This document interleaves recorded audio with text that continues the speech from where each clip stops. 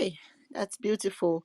So, welcome everyone to the platform of Think Yoruba First. If you're joining us for the first time, kindly click on the greenhouse icon so that you can be a member of the club. Today we have our chief speaker, Mr. Ojo. He's popularly known as IfaDare. He's a Twitter pop. He's a Twitter. How will I describe it? He's very, very, very popular. Person on Twitter in regards to his intellectual capability and his pro Yoruba self determination activity. He is a true Omoluabi. He's also one of the team that has put together the Yoruba National Fund, which is an initiative that is developed to fund future projects in Yoruba land and also currently support activities that are towards the Yoruba self determination. So, is somebody that is very well known among the Yoruba self determination movement, somebody that I highly respect as well. So please welcome Mr. IfaDare. Is also a founding member of Think Yoruba First organization, and he's going to give us lecture today on IFA definition system and modern technology. He's also an IFA priest, I believe. Go on, my brother. Yes, thank you so much for that introduction. Happy New Year, everybody. One thing I would like to correct is that I'm not a babalawo. I'm saying that not because I don't want to be a babalawo. It's just that when I talk about IFA divination system on Facebook or social media, I will get people kind of like trying to get in touch with me and they start telling me all their problems, like if I can solve their problems, but I cannot solve people's problems because I'm not knowledgeable enough to do that. So what we need to understand is that IFA has two sets of information. IFA has cultural information and technological information. I'm, of course, being a Yoruba person, I understand the cultural information in IFA, but I wasn't initiated into IFA. IFA is not something that you can learn from a book. You have to, get initiated and you have to study, from when you're young. But my area of research is in the technological information in IFA, the scientific and technological information in IFA.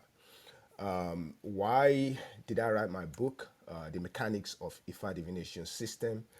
I wrote the book because, again, on Facebook, mostly, and other social media, I've come to realize that people don't understand the order in the evolution of knowledge. They don't know how knowledge evolved. People seem to think the ancients, the scientists of the past, they just woke up one day and the knowledge of technology or science came to them. They did not realize that people got the knowledge from the environment, and it's from our environment that knowledge actually evolves, to what we call technology today. So, and that is why I've developed something called the sequential order in the evolution of knowledge, and pretty much that's what led me to writing the book. Also, I realized that most Yoruba people don't understand the difference between Ifa itself and its divination system, which is the Ifa divination system, which I'll call the IDS.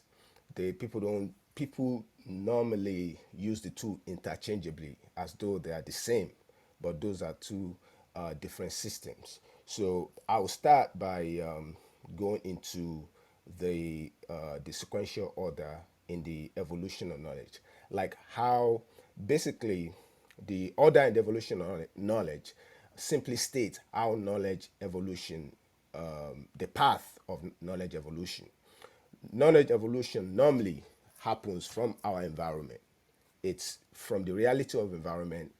The reality of environment shapes, our psychology, and our psychology shapes our ecology. meaning that the way our mind is formed from our environment will shape the way we interact with our environment. And from that interaction environment, that would develop our mythologies. So our ecology shapes our mythology shapes our epistemology, what we know about the world, like our ontology and epistemology, and our epistemology shapes our moral philosophy and our spiritual philosophy and also our natural philosophy. And then our natural philosophy shapes our science and technology. So now from there, we can already tell that if our mythology, no, if our psychology is underdeveloped, if we don't pay attention to the reality of our environment, so much so that our psychology is underdeveloped, then that means our ecology is going to be messed up. If our ecology is messed up, then our mythology is going to be underdeveloped. If our mythology is underdeveloped, our knowledge of the world is going to be underdeveloped. And if our knowledge of the world is underdeveloped, our moral philosophy is going to be underdeveloped, our spiritual philosophy and natural philosophy and our science and technology will be underdeveloped. So that is why it's very, very, very important that we pay attention to the reality of our environment. Our ancient ancestors, they pay attention to the environment and they developed different mythologies. One that actually stands out is this story about issue.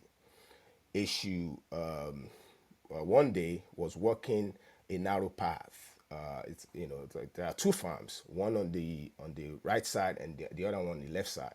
The two farms belong to two good friends, and in between the two farms there's a narrow path. So Issue, walked past. He was wearing a hat that's red on one side and black on the other side.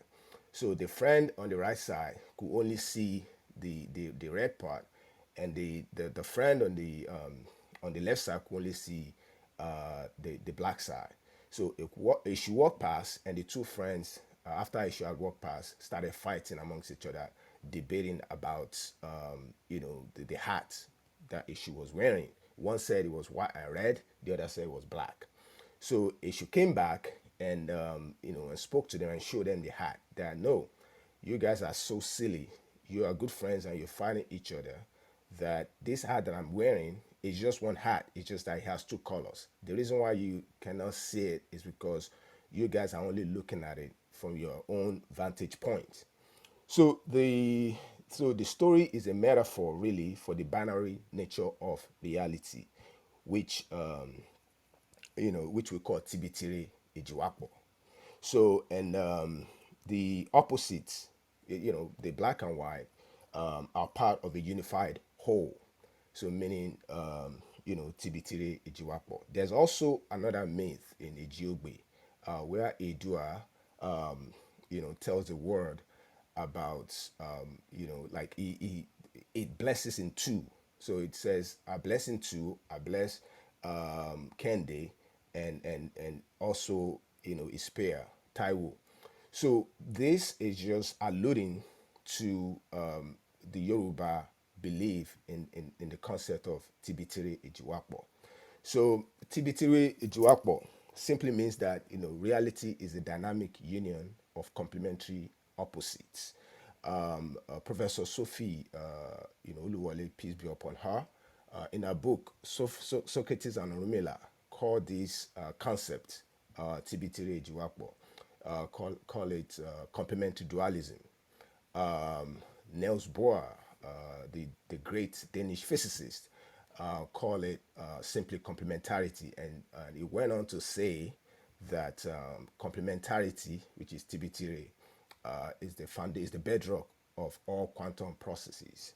So it's very important, and we should also understand that the reason why the Yoruba regard twins, why we regard them so highly and venerate them as pseudo Orisha, is because they are seen as anthropomorphic totems of the concept of Tibitiri, which some people call two truths. So there's another man called Gottfried Leibniz. Leibniz is intellectual powerhouse, was an intellectual powerhouse in Europe in the Middle Ages. He was the one that developed the binary code theory, which went into the development of modern computing system, and he also called the concept of TBT the foundation of binary arithmetic system.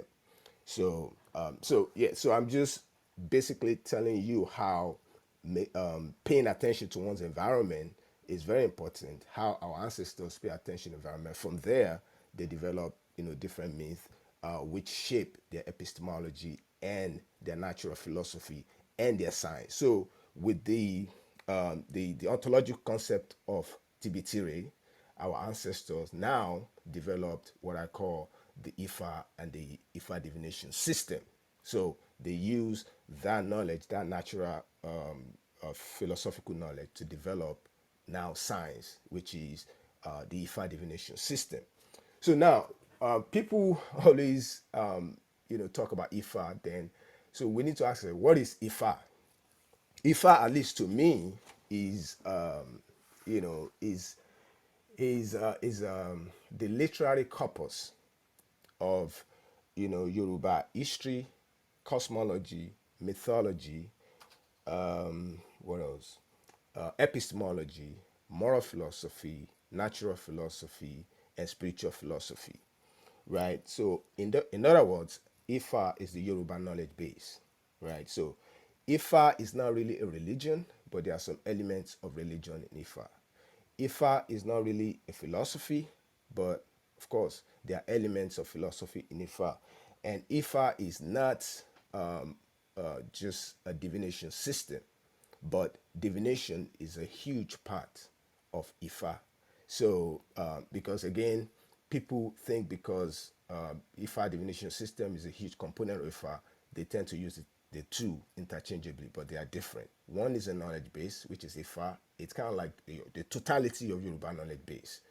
Now, the Ifa divination system is a tool for accessing and retrieving the information in the repository in the IFA knowledge base. So more technically, one can describe the IFA divination system as a system of 256 8-bit strings, which corresponds to a dimensional hypercube with 256 nodes or vertices. So it has 16 hierarchical data structures from Ogbe to Ofun. And so the 16 hierarchical data structures have in total 256 data tables. So you have 16 major tables. Those are called the AG data tables. And then you have 240 minor tables, and those are called Omodu. So the totality of that is called Odu Ifa. So, if you want to look at it more technically in form of like a database, that is how one will look at it. There's always controversy about the origin of the IFA divination system, because now I'm going to be going into the system because it's the system that where we find the technological relevance, computational relevance, and mathematical relevance. So, what is the origin of the IFA divination system? So, the origin of the IFA divination system now, the one of the traditional narrative, of course, states that it was Orunmila under the direction of Olodumare that brought Ifa divination system to mankind. So that narrative credits Orunmila with spreading, bringing the Ifa divination system to Yoruba land and spreading it to the rest of the world. There's another narrative that states that I think it actually was in Samuel Johnson's book, which states that the origin it came from Nupe land by a blind man named Setilu, and that's a lot of Mohammedans they prefer that origin because in fact Barista in one of his songs stated that I know the name of Ifa is Setilu. So Settle is a black man that came from Nupe, and according to that narrative, he was the one that introduced Ifa divination system to Oyo during the reign of Alaafin Onigbogi. So there are some people, these people tend to favor the foreign, what I call the foreign conception model, which is that they believe that Ifa divination system came from outside of Yoruba land, and then it was adopted by the Yoruba. So or most of these people tend to think that Ifa came from the Middle East. They say it's a derivative of the Arabic Al Ramil sand cutting system. The problem with that origin is that first of all, Arabic Aramil, even though the markings of Ifa and the Arabic Aramil are kind of similar, but the structure and also, yeah, the structure and the contents are just different. One Arabic Aramil is astrological, but Ifa is not astrological. Ifa is very complex. It has its own hierarchy. It has its own. It's just totally different. Also, Ifa is accompanied with the stories. It's accompanied with poems and different prose structure. But Arabic Aramaic, doesn't have any stories or verses that has to do with poems and prose. And we have to understand that the Ifa divination system is presidential, like it has precedence, because it has stories, it has history, so it's epistemological.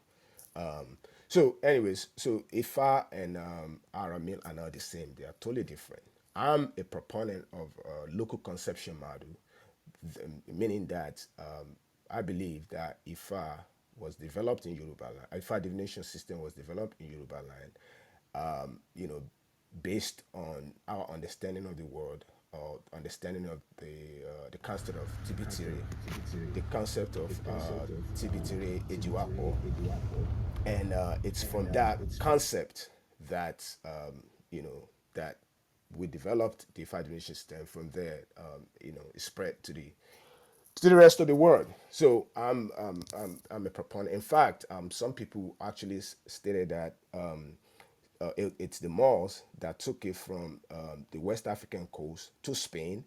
And when it got to Spain, there's a gentleman by the name of Hugo Santana who introduced it to the powerhouse of Western Europe. And that's how Leibniz got hold of the concept of the Ifa divination system.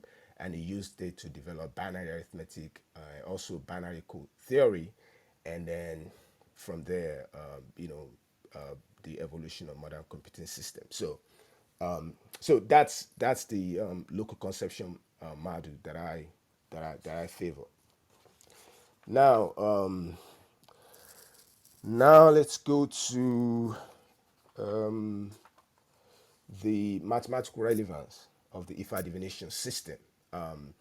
So IFA has two marks or two markings, the single mark and the double mark. And also IFA divination system has two legs. It has the right leg and the left leg. In the IFA divination system, the right leg is what determines the hierarchy. Because you have to establish seniority. So you have the 16 tables of the principal Odufa, the AG Odu. So you have to use the right leg to establish the hierarchy. So the two legs, the left leg has four nodes, and the right leg has four nodes. So in total combination, you have 2 to the 8. That's 256. The two marks, the single mark corresponds to binary, I believe binary 0, and the double mark corresponds to binary 1, which is, as we know, 1 is odd, 0 is even. So these are just binary concepts. So right there you can see that if there is a binary arithmetic in IFA, and there's also what I call exponentiation, because you have four nodes. Each node has two sides, concave and convex, and and so they are equiprobable. So if you want to determine the number of possibilities, you have to say it's 2 to the 8, which is 256. So we can clearly see exponentiation in the structure of IFA divination system. So those are the two mathematical relevance to the IFA divination system. So the process of IFA divination system, I mean, it's complex, and I mean, I apologize because I know there are like Awo Babalawo on this platform, and they might want to chastise me over the oversimplification of the process. But before I go into the process, there's something else that I would like to mention, which is that in style, structure, and poetic sublimity, the only other divination system outside of Africa that's similar to the Ifa divination system is the Chinese I Ching. So the Chinese I Ching, the Ifa divination system is a system of 256 8-bit strings, but the Chinese I Ching is a system of 64 6-bit strings. So clearly we can see that the Chinese I Ching is not as robust as the Ifa divination system. In fact, I've always argued that the Chinese I Ching is a subset of the Ifa divination system. So now the process of Ifa, pardon my oversimplification, is that let's say a supplicant wants to go on a journey, and then the supplicant wants to like consult with a babalao. The supplicant would frame his or her question in form of positive affirmative or negative affirmative, saying that the journey I'm about to go will be successful. That means ire, or the journey I'm about to go will not be successful. So the awo, the babalawo will, let's say the babalawo is using the okpele at this point. So we'll do it will cast the okpele. And let's say in the first cast you have ogbe oyeku. So in ogbe oyeku, ogbe is the right leg, and ogbe is what will determine the seniority. So, and then you have to cast it the second time. And let's say in the second time you have oyeku ogbe. In the second, oyeku ogbe is the right leg in that one, but because on the Oduifa hierarchical chart, the seniority chart, ogbe comes before oyeku. Ogbe is number one, oyeku is number two, and since ogbe comes before oyeku, and the first divination ogbe oyeku comes before oyeku ogbe, then the journey will be ire and not eb. There are different ways you can do it. If you want to go into the specific of, like you want to ask specific questions, you have to use the Igbo, which is, you have the closed system and you have the open system. It's very complex, so I'm not going to go into that in these lectures. But I just want to give you guys like kind of like a basic divination process. So the right leg is what determines the direction of divination, the outcome. It gets a little bit more complicated, but that's a little bit too advanced for this lecture. But so now let's move to the computational relevance of the IFA divination system. IFA divination system converges with both digital computer system and also quantum computer systems. The IKIN, which is one of the IFA divinatory tool, certainly converges with digital computer system, and the Okbele converges with the quantum computer system. But let me touch on the IKIN first. So IKIN is a system. So there are different ways that it converges to the digital computer system, but I'm just going to mention two main important ones. The IKIN, right? He's a system of, you have 16 palm knots.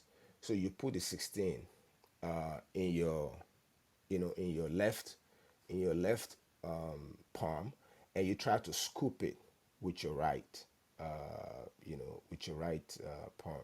If you are successful in scooping the if you, when you scoop it, and you have two nuts left in your palm, so that's even, because two is even, right? So you have to mark one single mark. If one is left, you have to you have to do double mark, and double mark corresponds to one, which is binary one, which is odd. So basically, what you're doing when you divining using the IKIN is that you're trying to reconstruct 8-bit signature, and so you're trying to construct 8-bit signature. I mentioned earlier that 2 to the 8 is 256. So that's essentially what you're trying to do, and that is in Boolean algebra. That is just using odd and even count. So you see clearly binary, operation in that, because you're doing odd and even count. And similarly, in the digital computer system, is also a binary system. Its logical operation is based on the manipulation of binary digits, 0, 1, even and odd, on and off. So we see clearly the Boolean operation in both systems. Also, IKIN is a digital system because it carries information in discrete chunks. In general, it carries information about the number of knots in the left hand only in two distinct states, even and odd.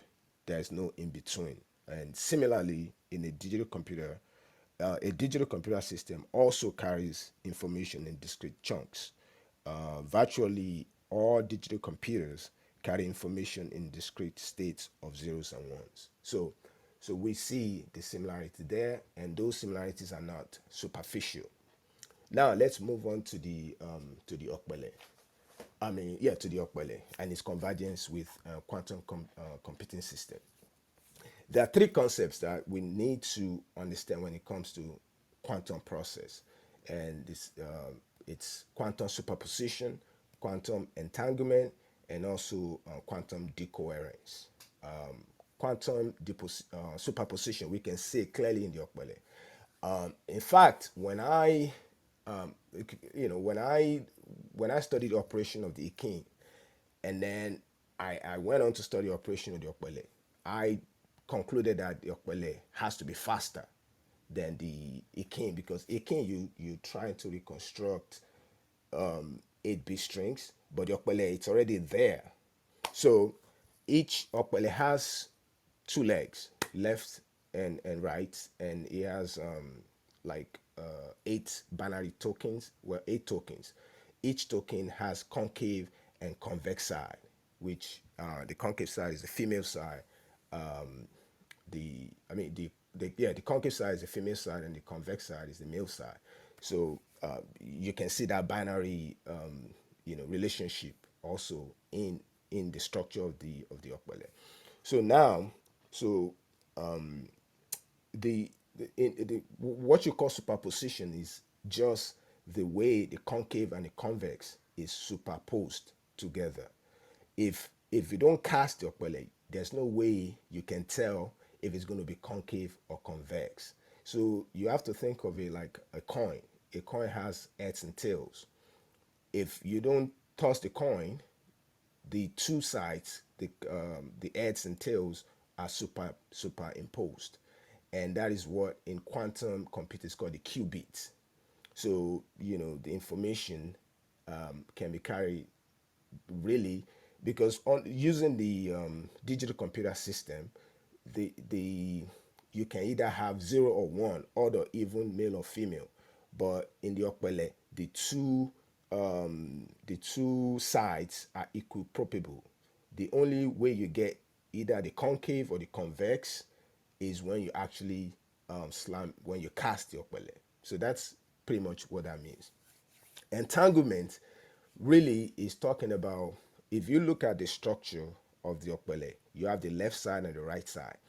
Each token is entangled with the other one. So let's say if I tell someone, oh, I'm in I'm in Ogbi Oyaku. That's the word that I'm in. And I gave that person the left.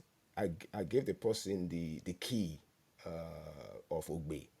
So which is single mark, single mark, single mark. You know. So so if I give them the key, then if they understand entanglement, they don't need to look for the complementary key to Ogbe, because I've already told you I'm in Ogbe Oyeku. So you should know the corresponding key.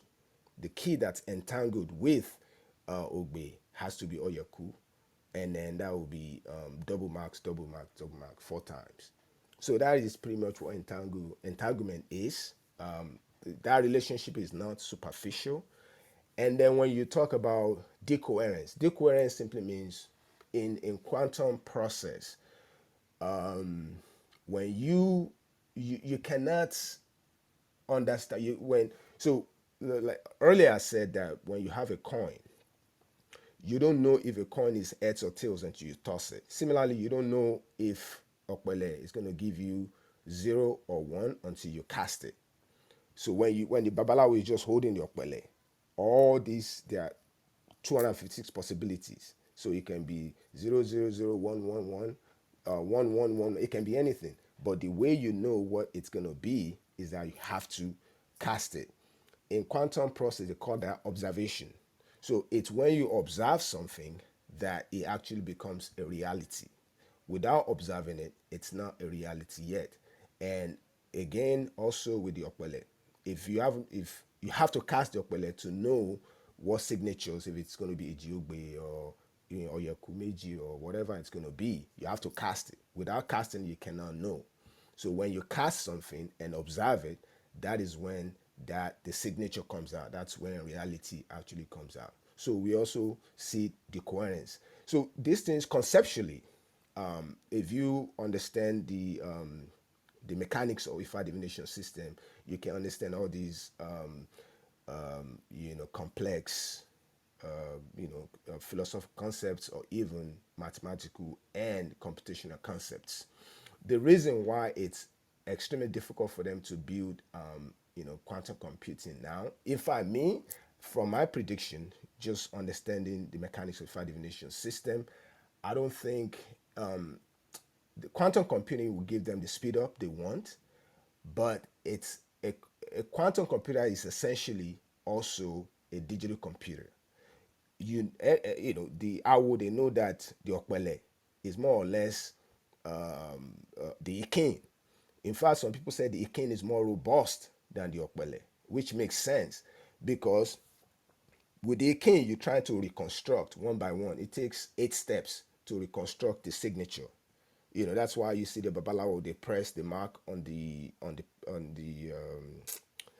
tray, right, with the Yerusun. So that is what they're doing. But with the Okpele, you just cast it and then you get the signature right away. So there's a speed up.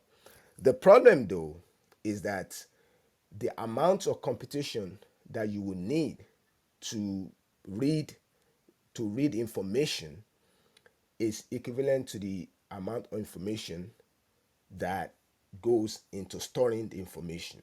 So that is why when observation destroys the information in quantum computer, that's why they have to cool the computer so to like sub-zero degree in order to read information. And I don't think they will get the speed up they want, because once you observe something, once you observe the Okpele, it turns to it gives you the same signature that the Akin will give you. So essentially, a quantum computer is a digital computer. There's another concept called computational irreducibility, which is a little bit more complex, but it speaks to that. That so let's say the mathematically or computational, the way it works is that, let's say you have 8 boxes and you put information in one of the boxes. Now, in a normal world, for you to know the box, so let's say box 1 through 8, for you to know the box where the information is, you have to open each box sequentially. So when you open the box and then you find information, let's say in box 7, so you know the information now is in box 7. Now, the thing with quantum computer is that instead of going to each box sequentially, you can actually look at it in parallel. You can, at one shot, you can tell, okay, it's box 7 because you can just look at all the boxes at once. And then, so you say it's in box 7. The problem now, and this is why the quantum computer hasn't been mass produced, is because it's not enough for you to know where the information is. You have to read what the information is. So, and when you try to read what the information is, then that's, because reading something is pretty much observation. So when you try to read it, it destroys the information itself, and that's because of what computer scientists call computational irreducibility, because you you know the amount of computation that you will need to find information using quantum computation is equivalent to the amount of information to the amount of computation you need to read that information. So that is why it's very difficult. That is why if I cast, let's say, a geogbe now, and I say, okay, this is a geogbe. Can you predict what the next cast will be? You can't do it. It's just impossible. So, and that is that. So, I also, let me talk about the IFA divination system and choice theory, because actually this is my favorite part of the book. I've said, I think I've told this story so many times, which is the relationship between Orunmila and Eshu, and also Orunmila and Iwa and Suru. So Orunmila and Eshu are, Eshu's best friend is Orunmila, and there's a reason for that. Orunmila is the Irumale of divination, of course, wisdom and information. Eshu is the governor of the crossroad. A crossroad is where a decision has to be made. The previous story that I told about Eshu and the two friends, it's a metaphor for the crossroad. When you get to the crossroad, you have to make a decision. This is why when you do a divination, you have to make sacrifice to Ogun, the pathfinder. He opens the path for you, and also to Issue, to channel your Ori in the right path, because every decision that we have to make carries two energy. So every thought that we have in our head, carries two energy, Ire and Ibi. So the thoughts in our head are actually, a spectrum of potentialities. So it's when you actually act on something that it becomes a reality, because you cannot observe your thought, and people outside cannot observe your thought. The only way people see what's in your head is when you actually act on it. So that's when it becomes one or zero. That is why in our ancestors, in their supreme brilliance, they actually, when you look at the Okpele is actually a model of the human thought process, because again, every thought carries two energy. Every Okpele token or node carries two energy, concave or convex, EB, ray, positive, negative. So that's why they model that. So you have 8 nodes, which is model of the spectrum of potentialities in human mind, and that is why that story between Orunmila and Eshu, that story is not superficial. So because when you get to the crossroad, you need information. So if Eshu is the governor of the crossroad, then it will make sense that his best friend will be Orunmila, because he's the one that will provide information for you. That's why they say bẹ́ẹ̀ ni ó ṣe rí ọ̀la ò ní rí bẹ́ẹ̀ ló mú babaláwo dá fọ̀rọ̀ ọ̀run. So because reality is dynamic, and because of that dynamism, it necessitates periodic divination. So so the Okpele essentially is modeling the spectrum of potentialities, the human thought process, and this goes into choice story. It goes to the concept of opportunity cost, because when you act on something, you're foregoing something else. So, but you want to make sure that when you're acting on something, what you're acting on is ire, not EB. That is why, again, information is very important. That's why sacrifice you're offering to issue is also important, because you want your Ori to be your metaphysical head to be channeled into the right path, which is the path of Ire. And also, there's the relationship that Orunmila had with Suru and Iwa. Iwa is character, and then so the Suru and Iwa, they were two they were two wives of Orunmila. Why why is that story important? What it said is that you don't there are two causalities that shape our ori. You have internal causality and you have external causality. External causality are things like information, things that you need to navigate reality. But internal causalities are like things like suru, because they're endogenous, suru, iwa.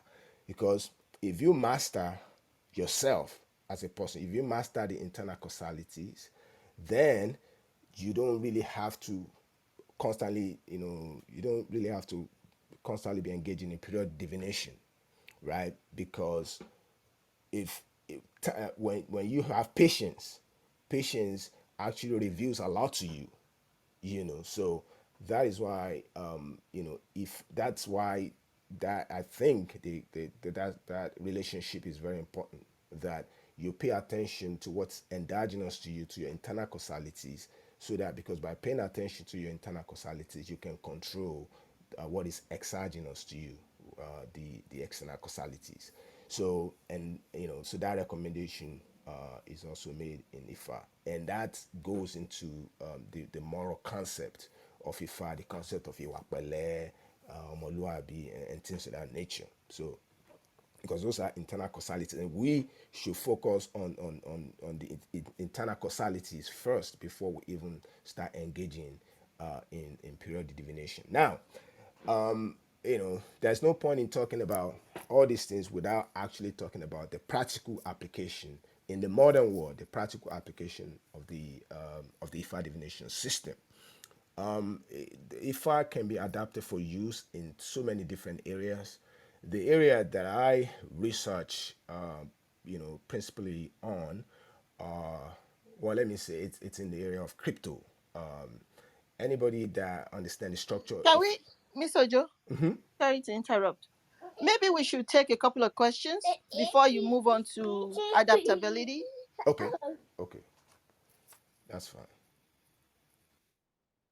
Michael, can you please help me take some questions from people?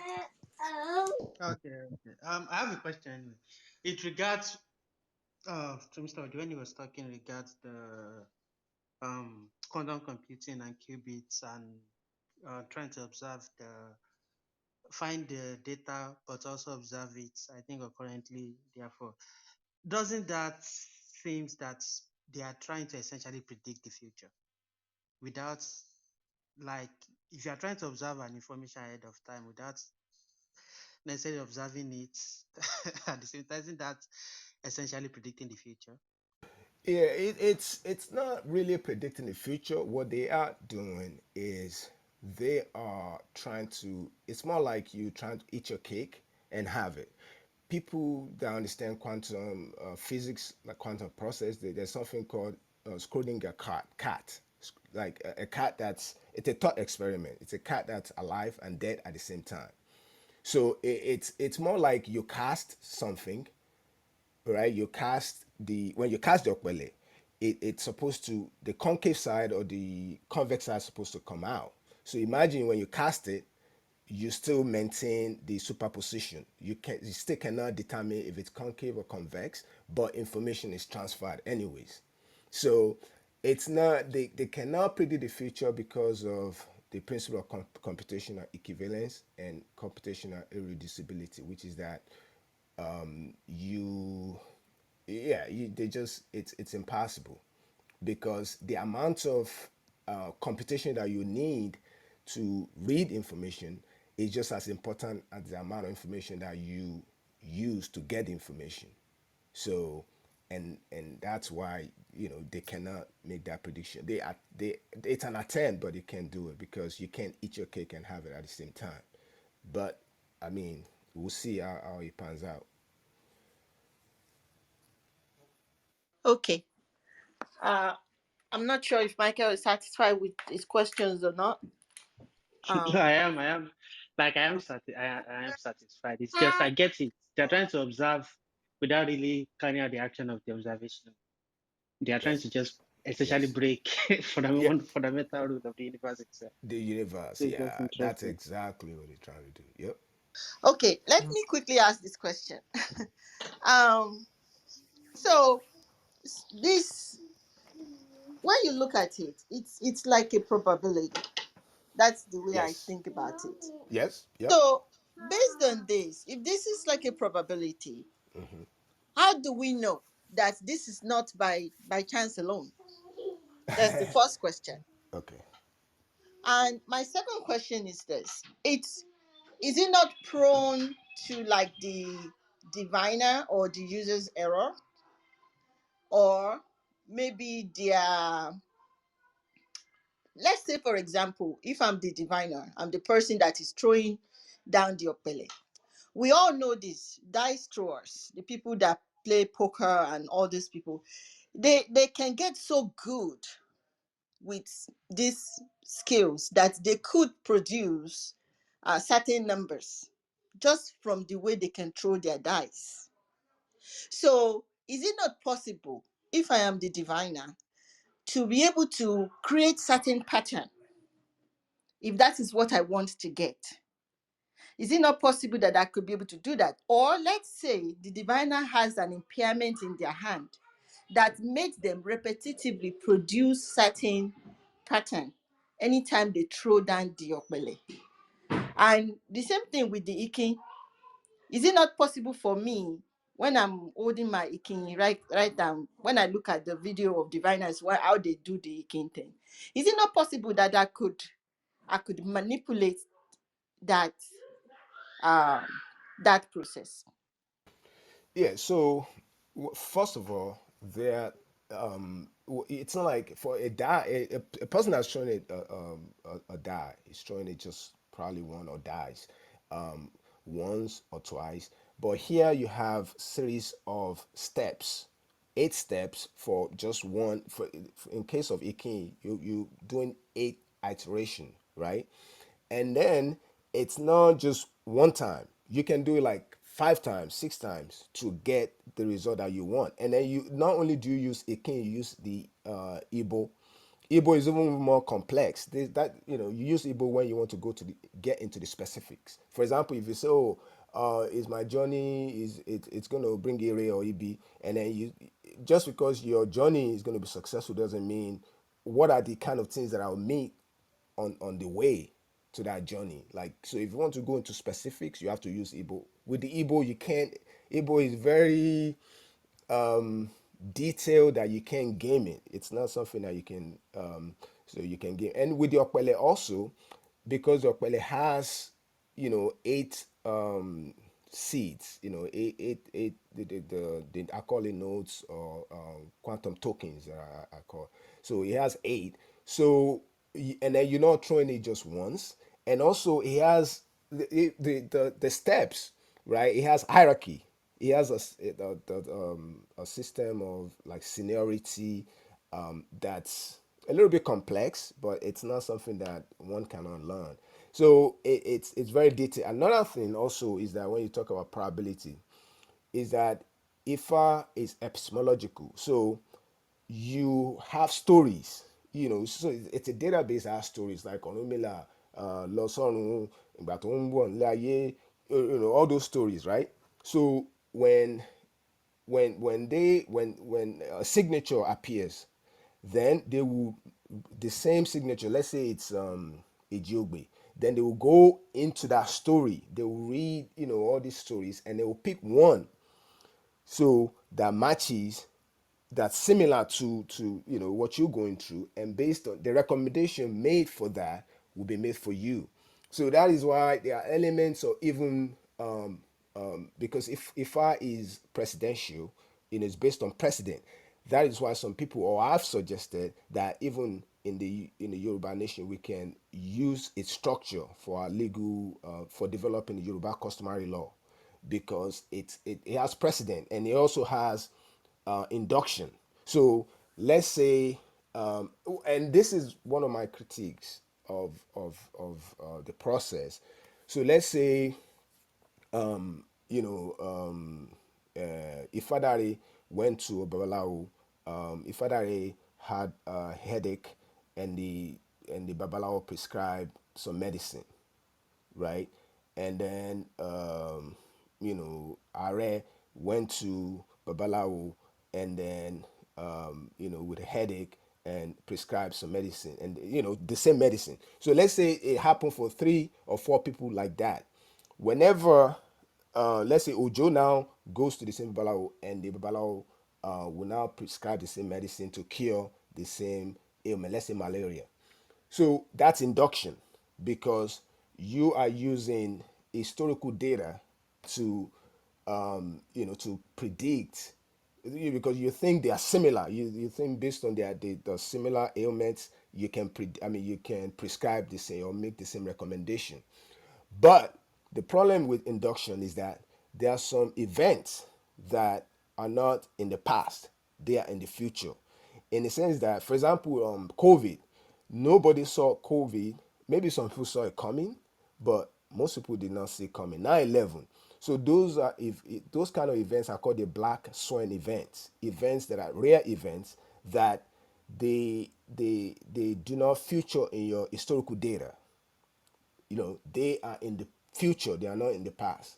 And because they are in the future, your historical data will not capture it. So if you making a recommendation based on something that happened in the past, you might be making the wrong recommendation, because that problem is unprecedented.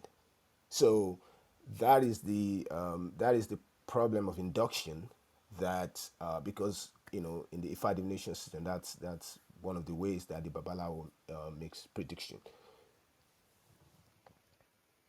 So, okay, I think that it's still. Thank you for the responses. I think that I'm still not.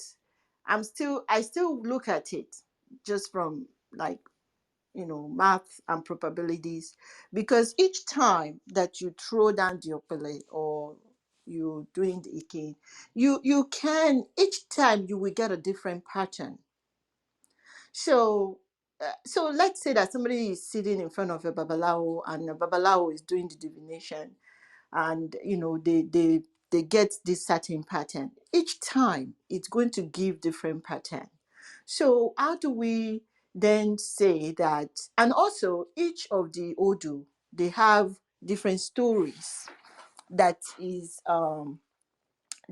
part of the Odu. Though it seems like the theme seems to be typically the same, though, how do they know that this is the story that particularly apply to the person? Because normally you will not tell a babalawo. I think that the beauty of it is that you don't tell them exactly what it is that uh you're asking. This is something you have in your mind, and based on whatever chapters apply to you, then they will be able to tell it, and then it's up to you to figure out yourself, or maybe to actually divulge what you are asking for. So it just always amazes me that how we they know, because most of the time the babalawos here, they've told us that this nobody knows all the stanzas in each of the Odu, that typically people will know like two or three or something like that. and that apparently there is so many stanzas that probably has been lost. So what if the stanza that they're giving you, how do they know that that is the stanza that apply to you? You know, See, okay, yeah. So, but, in addition to the probability theory that's in IFA divination system, there's also elements of spirituality. That's why some babalawos are different. There's some are more knowledgeable, some are more they have that spiritual. Because some babalawo, you go to them, they don't even have to do the divination; they already know. So some of them are really gifted, but when it comes to your question about you know different patterns that you get, yes. So when you, because there's a hierarchy to it, there's a chart, for example. Okay, so in the chart of the 16 major odu, the AG odu, it starts from Ejiogbe and it ends with Ofumeji. So of Ejiogbe and Ofumeji, those are the eldest of all the Odu. Oyakumeji is its second, and you have Iwori, and so there's a hierarchy to it. So when you cast the law the first time and you get a signature, it's 8-bit signature, and then you do it the second time, you get another pattern. So the way you determine which pattern supersedes the other one is based on the right leg of the of each signature. So that's why earlier I mentioned that if the first cast you get Ugbe or Yaku, the second cast you get Oyeku Ogbe. The first cast Ogbe, the right leg is Ogbe. Ogbe is is Baba Odunio Ogbe. In fact, if you cast the Okpele and the Jogbe comes, you don't have to do anything anymore. That's just tells you what you going for is Ire, because you at the first shot you got Ejiogbe. But let's say it's Ogbe Oyeku, the first cast, and then because you have to determine what will come next. So the second pattern is Oyeku Ogbe. In Oyeku Ogbe, the right leg is Oyeku. So, but since Ogbe Oyeku comes before Oyeku Ogbe, Ogbe Oyeku is senior. The right leg of Ogbe Oyeku is Ogbe. It's senior to Oyeku on that chart. So the chart is before anybody can, the chart is very important, and you only have to know the 16 major ones, because from the 16 major ones you can reconstruct the remaining 240. So that's the beauty of it.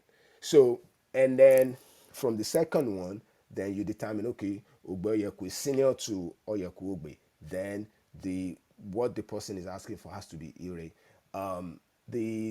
So that is, but like I said, if you want to go into specifics, that's when you use what you were talking about the closed Igbo technique, or the open Igbo technique. The closed Igbo technique is when the supplicant or the client doesn't reveal the information that he or she wants.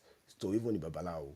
But the open one, the person will reveal it, and then the Babala will pick one. But Igbo is more like, if you go into the specific, that's when you do divination like maybe 10 times, 5 times, because you're trying to probe into the detail. Because like you have to constantly ask the IFA questions. You have to say, okay, is this thing gonna work? If it works, I mean, is it gonna last? If I get married to this person, am I gonna get married? Say yes. What kind of person am I gonna get married? Are we gonna have fortune together? Are we gonna have children? So then that's when you use the Igbo to probe all these different specific questions. So yeah, that's pretty much it. But you have to understand the hierarchy to be able to determine, which story you're gonna pick and which story you're not gonna pick. So it's based on that hierarchy. From the first 16, the AGODU, you can reconstruct you can reconstruct the remaining 240. So that's the best I can do. But maybe some that Babalawo makes can help with the rest, because my research really is in its computational relevance and Yeah, let's see. Do we have but anybody else that have a question before it moves on to adaptability? Okay, Yoruba goddess is going to ask you the next question. Please, people in the audience, please come up. I know some people send me message in the back that this is a lot of Weibo, and because of that, they they were not really feeling it as much. But I thought this is a very interesting topic today. So please come Funny up. thing is, tábà fún òyìnbó sọ́ra yẹn, wọn ní appreciate the knowledge of the person. Exactly. I feel like it's going to be. mo lè sọ Yorùbá náà I mean, but ó kò wá easier I think I think we in should mix some mix it. Okay, okay. Yoruba for some people. Though really, when Um, I English, also, I also want to say something. We have a lot of our brothers from the diaspora in the audience. yeah, So our Lukumi brothers, they are in the audience. We welcome you in the diaspora, and they are happy to be in the room. So I think the English that we are speaking actually, Donny Faroji is also coming up. Our brother is also coming up. So I think we need to speak English so that they can know that the IFA definition, the IFA philosophy, and the IFA system is not primitive like the colonialists has made them to be. It's as advanced as any form of science. So I enjoy the English. So we have to anglicize it so that people can actually understand the extent of what we are discussing. That it's IFA is international. IFA is not local. It's international. So I think we should continue. People will get used to it because yeah, our brothers from the diaspora are also here. That's my own my own suggestion. Thank you, Mr. Ifadare. Well done, sir. Bàbá Àwíṣẹ, mo kí yín o, mo kí yín sá o. Babaláwo, mo kí yín sá o. Mo kí gbogbo àwọn tó wà lórí ìjókòó. Thank you, sir. yeah. So, Ẹ ṣeun o, ẹ kú ètò. yes, sir. We're going to proceed. I have to give you credit. It's highly skilled. It's highly skilled. That's all I can say. So, Yoruba goddess, over to you, sister. Thank, thank you. Actually, the question was from Bantefa. I'm glad he's come up stage, but I do have a question of my own. Hopefully, you can I'll also go back answer to the that. I'll go back to the audience. I'm glad you. I just wanted to clarify that. I think it's good that you had a small rapport, a small stage, so people don't get distracted. I think I should keep it. I'm sorry. I'll go that. I'll definitely want you to answer my question for me about that. Now let's go back to the audience at this point.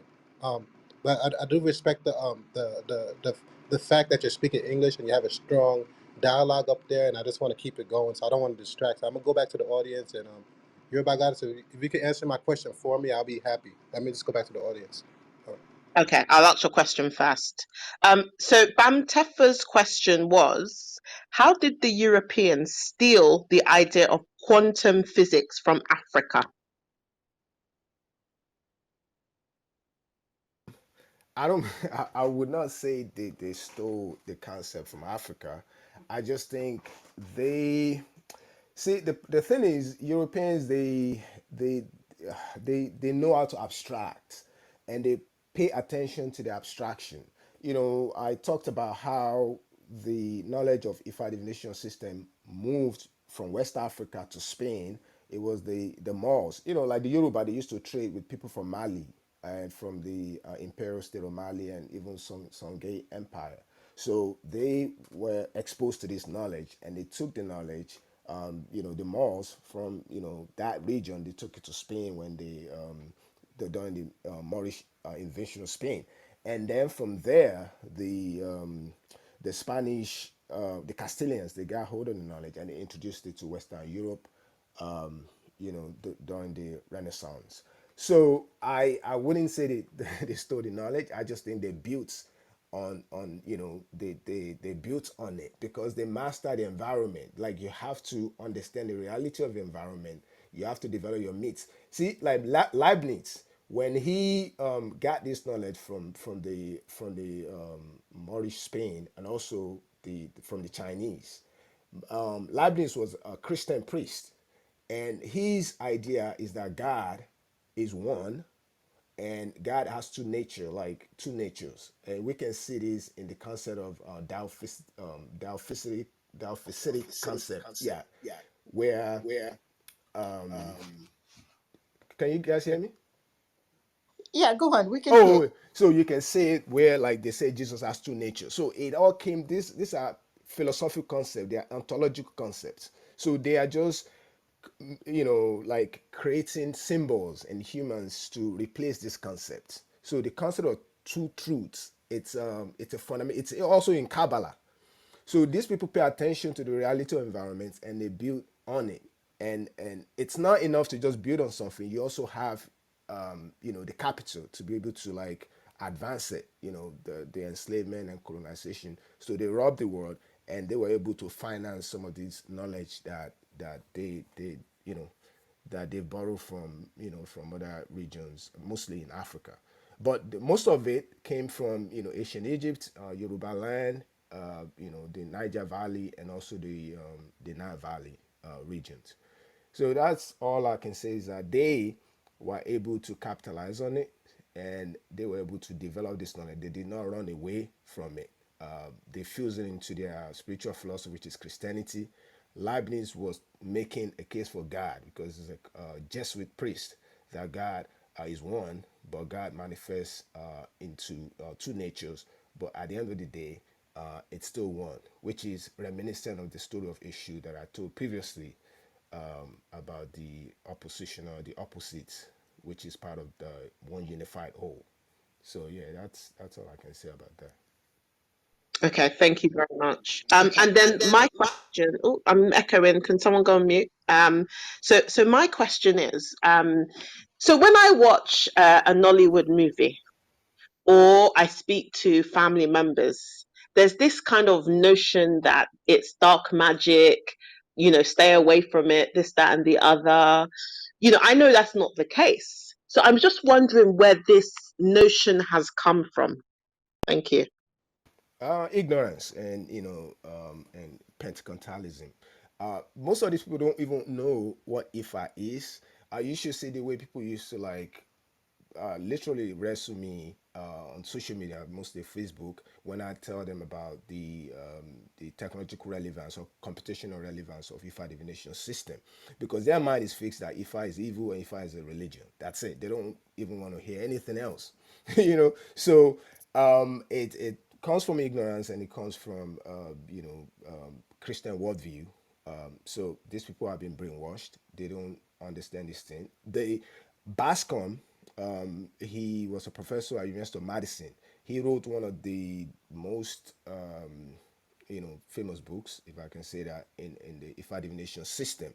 And if you go to Madison, Wisconsin today, you'll see his statue there. That's what, because he was an anthropologist. He came to Yoruba land, studied. He went to Ife, he went to Oyo, he went to all these places and wrote a big book about the Ifa divination system.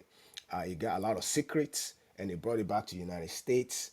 And then that went into development, even the ARPANET, the computer system, the IP addressing, and things of that nature. And for that, he's highly recognized at University of Madison, Wisconsin. So these people understand what we've got, but our people are just ignorant. They're not willing to learn. We're so fearful because of that Christian worldview that makes you want to fear everything. So they don't want to learn about their Asian knowledge. And if you don't learn about Asian knowledge, you will not understand the technological information in it and how to develop it. So yeah, so it's just ignorance and the brainwashing from the Christian worldview. Excuse me, Mr. TJ Rahim. I'm trying to bring you up. So maybe step out and step back in. That way I can be able to pull you up. And you back goddess, you can refresh the room and then we can keep going. Okay, hello everyone. So this is Think Yoruba First. So today we're talking about IFA divination systems. And Ojo is our speaker. So he's taken us through, this in, high level, and he may go into detail, specifically when he goes on to the next section, and also, he's happy to address your questions. So if you're in the audience, please do come up. Please also follow the house by clicking the green house icon. We have many interesting rooms. and would like you to be a part of us. So, with that said, do we have any other people on stage that came up to ask the question? I can see Baba flashing. So, Baba, do you want to go next? Yeah, I got a quick question. Um, I love traditional ways so much, and I adopted the name Babalawo, even though my mother is Ifa priest also, but I'm not into it. My brothers are, so I'm very not knowledgeable about it. So I got this question now. While Mr. Ojo was talking, right, I pulled it up on Google, and I'm able to see the comparison that he was talking about. The Ogbe or Ogunda Irete Irosun, Otura, Oshe Odi, Obara, and all that. So my question is that I could see the similarities between Ifa and the Oracle in the computer, and which happens to be one of the brain applications, the main application in the modern computer science today.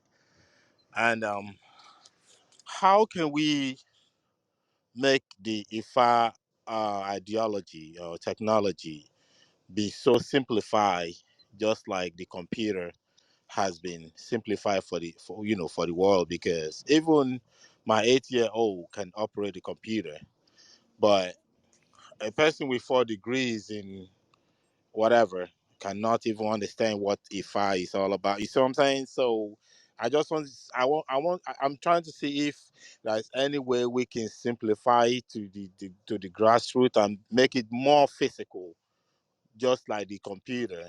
And I bet you, if this is possible and it's done, and we are able to make use of IFA ideal, the idea of IFA and the education that the IFA presents. I'm telling you, our people they're gonna embrace it more than how we are embracing it now. So that's just my question. How can we make it more physical and more simplified? Thank you.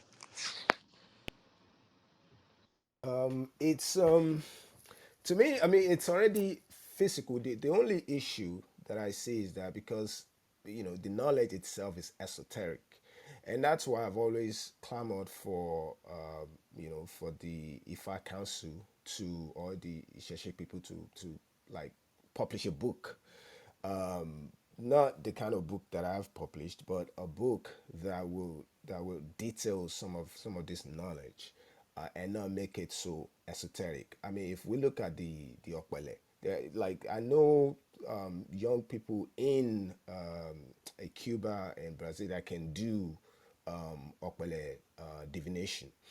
So the Okpele is already, is already physical.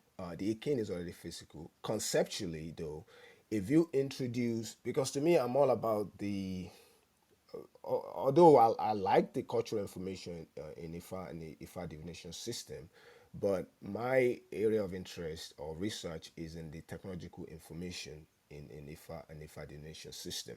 So if we expose our children to the information from when they're young, they can now use that knowledge they can build on the knowledge, because you have to build on the knowledge. It's not just one day. If you look at the evolution of digital computer system, it starts from Leibniz developing binary arithmetic, that you can do addition. It's base 2 pretty much, because base 2 is the lowest base. You cannot use decimal to, because decimal is just the way humans, is just the way we relate to reality. It's not the way nature works. The way the IFA, the system, the binary system 0 1, is actually the way, is ontological, is the way nature actually works. And that is why it's the only language that computer understands. So if we teach the little ones this knowledge from what's the concept itself, it is from understanding the concept that you go and now adapt this knowledge for use in different applications. I'll give you one example. Like about a week ago I was on Clubhouse, and this Igbo gentleman was actually using the IFA system to develop IoT. He sent me some like literature, like things that he's done. Like he's very. I've never met anyone on a platform that understand this thing as this guy. Like he's even more advanced because he lives in South Carolina or something, and he has like an internet a protocol. He has an internet company. They provide security solutions for blockchains and all these things that he does using the AFA. And we got to meet because when I look at the IFA divination system, its structure, like I say, it has left and right leg. So, and I'm thinking to myself, if there's a system that has 4 legs or even 5 legs, it's probably going to be better. So, meaning that you it's kind of like you have two okbeles. When you cast okbele, you combine two. So instead of having 2 to the 8, you have 2 to the 16, and then you cast the two simultaneously. And the guy was like, yeah, that's afa. The afa has 2 legs, but you can also see that afa, even though it's, to me, is more robust technologically than ifa. The thing though is that it's still a subset of the IFA divination system because it has all the names. It has like a Jiogbe or Yakumeji, and then they change some of the names to like Igbo names or some names that I don't know. But anyways, so the structure is already there. It's already physical. The concept is there. We just have to introduce the concept, to the young ones, because then they will be more, they from their own, genius, they can, Innovative. yeah, from that they can take this. For example, there's a guy. His name is Stephen Wolfram. What Wolfram is doing now is like, forget about math. Forget, like, everything now is computation. Like, why do you even have to program something for that thing to happen? Why can't you just type? If you want to do anything, why can't you just type it on the computer and then the computer does it for you? So Stephen Wolfram is leading that innovation now, and he is using what I call cellular automata. I'm gonna get into that when I talk about one of the applications of the IFA divination system. So basically, what cellular automata is about is that if it's about being alive and dead. So if you are alive, if you have two neighbors, if you are alive, if one of your neighbors is alive, because you have two neighbors. If one of your neighbors is alive, then you are alive. Then that is black, right? But you are dead if you have two neighbors and both of your neighbors are not alive, and then that's white. So you arrange these sets of black and white cubes, and then you use it to understand complexity, like autonomous vehicles, the reason why it's not being mass produced today. So this concept you can use to understand so many things, because it's the way nature works. It's based on the concept of base two, and reality is a union of opposites. So it's in Kabbalah, it's in Christianity, it's in a lot of stuff. It's just that in our ancestors, in their supreme brilliance, they're able to put these things together and develop the Ikin, the Okpele, and especially the table, the hierarchy table of Ifa divination system is very probabilistic. I mean, it's just very important. So that's all I'll say. We just have to introduce the concept to our little ones, and then and they can take the knowledge even far beyond what we imagine. Wow. Yoruba Goddess, you're there? Okay, go on. Yeah. Yeah. So thank you for that submission. Baba Alawal, did that answer your question? Are you? Yes, Yeah. yes. Perfect. Okay, good stuff. Okay, so I know a few more people are coming up stage. Does anyone want to go next? Do you want to flash your mic if you'd like to ask the question? Sorry, I have a question real quick. Okay. Shayi goes. Okay, Shayi before Tunji, please. Yeah, sure. So Shay and then Ah, Tunji. okay. Can you hear me? Yes, we can hear you. Okay. All right. So I would like him to clarify something because I heard something with respect to quantum physics. I understand generally that IFA contains a lot of stuff, the philosophy of life, as once suggested by our mother, may her so rest in peace, Sophie, the professor of philosophy, Yoruba philosophy. So I know about all those, even mathematics, basic binary, it's obvious. But I think quantum physics is a stretch. I mean, I can understand when we try to say, okay, if I contains this, but I think for quantum physics, saying it contains quantum, that's quite a stretch. I mean, my own opinion. I would like him to clarify that. On which grounds are you saying quantum physics springs out of the, I wouldn't say philosophy of IFA because, as we know, IFA contains philosophy, so we cannot say the philosophy of IFA. And if you would say that, that is also fine.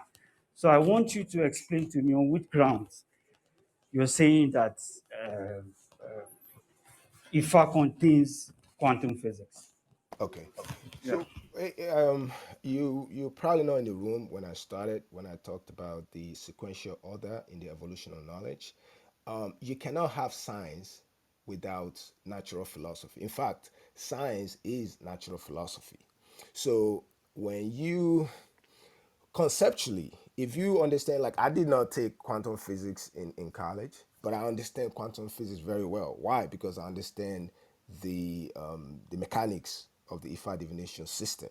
So if you understand this argument is kind of like argument that Niels Bohr and Einstein was having when Niels Bohr came out and said complementarity, which is TBT, is the bedrock of quantum process. Einstein was like, it's a stretch. People were laughing at him. But later on, they discovered like quantum physics, and they now gave him credit like, oh, this guy understands what he's talking about. That all life is binary. The same way the mainstream physicists are laughing at Stephen Wolfram today and saying, "What are you talking about? This computation and cellular automata? It's John. You can't use it to come up with the theory of everything." So it's not a stretch, and the reason why it's not a stretch, you have to understand three quantum concepts, which is quantum superposition, quantum entanglement, and also quantum decoherence. We clearly, if you looking at the Okpele, you understand that each the token, the Okpele token, has two sides, and the two sides are either concave or convex.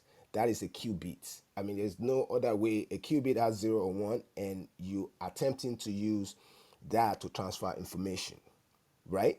So when you have the Okpele, just the same way when you have a quantum computer, you can all in the quantum process, you cannot read the information, by reading the information, observing the information, destroys the information itself, and that is what's called quantum decoherence. Because you're trying to get information from something, but the moment you look at it, it turns to something else. In fact, you cannot read it, and you can see that in the Okpele. When you're holding the Okpele, you're holding it, you're not casting it. You cannot get any information from it. It's similar to like all the thoughts in your head. You might have thoughts in your head. If you don't act on the thoughts, they just opportunity cost. They don't manifest. So this is just ontological concepts. It's just that when Europeans, when they use big words and they use all this fancy math, that they make a lot of assumptions. People get like frustrated and scared. They think these are like fancy, big things or complex things they're doing. No, these things are very simple. And another thing people need to understand, that complexity arises from a set of simple rules. When you see something that's complex, it doesn't mean the solution to it has to also be complex, because the rules that make anything complex comes from binary. It's like 1 or 0. From combination of 1 or 0 so many times, you can reconstruct complexity. Everything you see, the leaves, any complex structure you see comes from a set of simple rules, and it's binary. And that's just it. So the three concepts I've talked about previously: quantum superposition. Superposition simply means you have qubits that has two sides, 0 or 1. And you have quantum entanglement, which is that entanglement simply means that if two Okpele tokens are together side by side, if you know that if so for example, if I give you Ogbe or Yeku, right? If I tell you I'm in this word that I'm in is Ogbeyoyeku word, I can only I just have to give you the left side of the signature, which is Ogbe. Automatically, you already know that the right side will be Oyeku because I've already told you that is the word we're in. Because those two words, Ogbe in Ogbe Oyeku, the Ogbe and Oyeku are entangled, you know.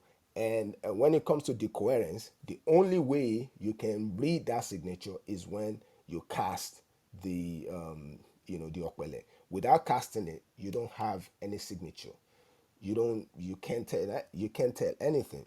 So you just have to understand this thing conceptually, and once you understand it conceptually, you can build the system. That's how, when I look at quantum computers, when I look at the chip, the motherboard, if anybody that can go online, and you will see that the chip looks like an okpele. It's just like, it's not just 8 nodes. It sometimes has maybe like 60 nodes. So Okpele only has 8 qubits. But 8 qubits, you can't really do much with 8 qubits. You have to have maybe like 64 qubits to be able to, what they call quantum supremacy. So if you understand this thing conceptually, and you understand how human thought process works, what the ancestors are trying to do with the invention of the Okpele, they're trying to capture how human, like they're trying to capture how you think, because every thought in our head carries two energy, and that two energy is a I mean, the Okpele token is a totem of those two energies, and that is why it's equiprobable. It's equally likely. So it's when you actually cast it that you get either 0 or 1, either the concave side or the convex side, and that is what you do with quantum computing. When you observe, you cannot. It's impossible for you to get the superposition. So the coherence, observation destroys that superposition. It breaks it into either 0 or 1, which we call the OR gate. But they want to use the AND gate.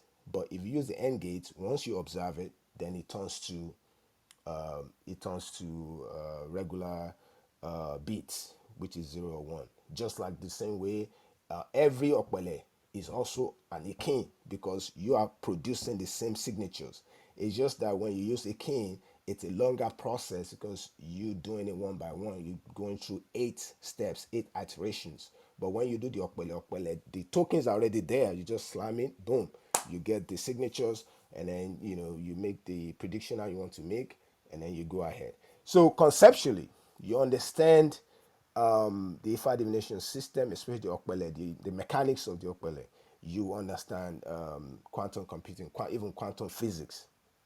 But people see things differently.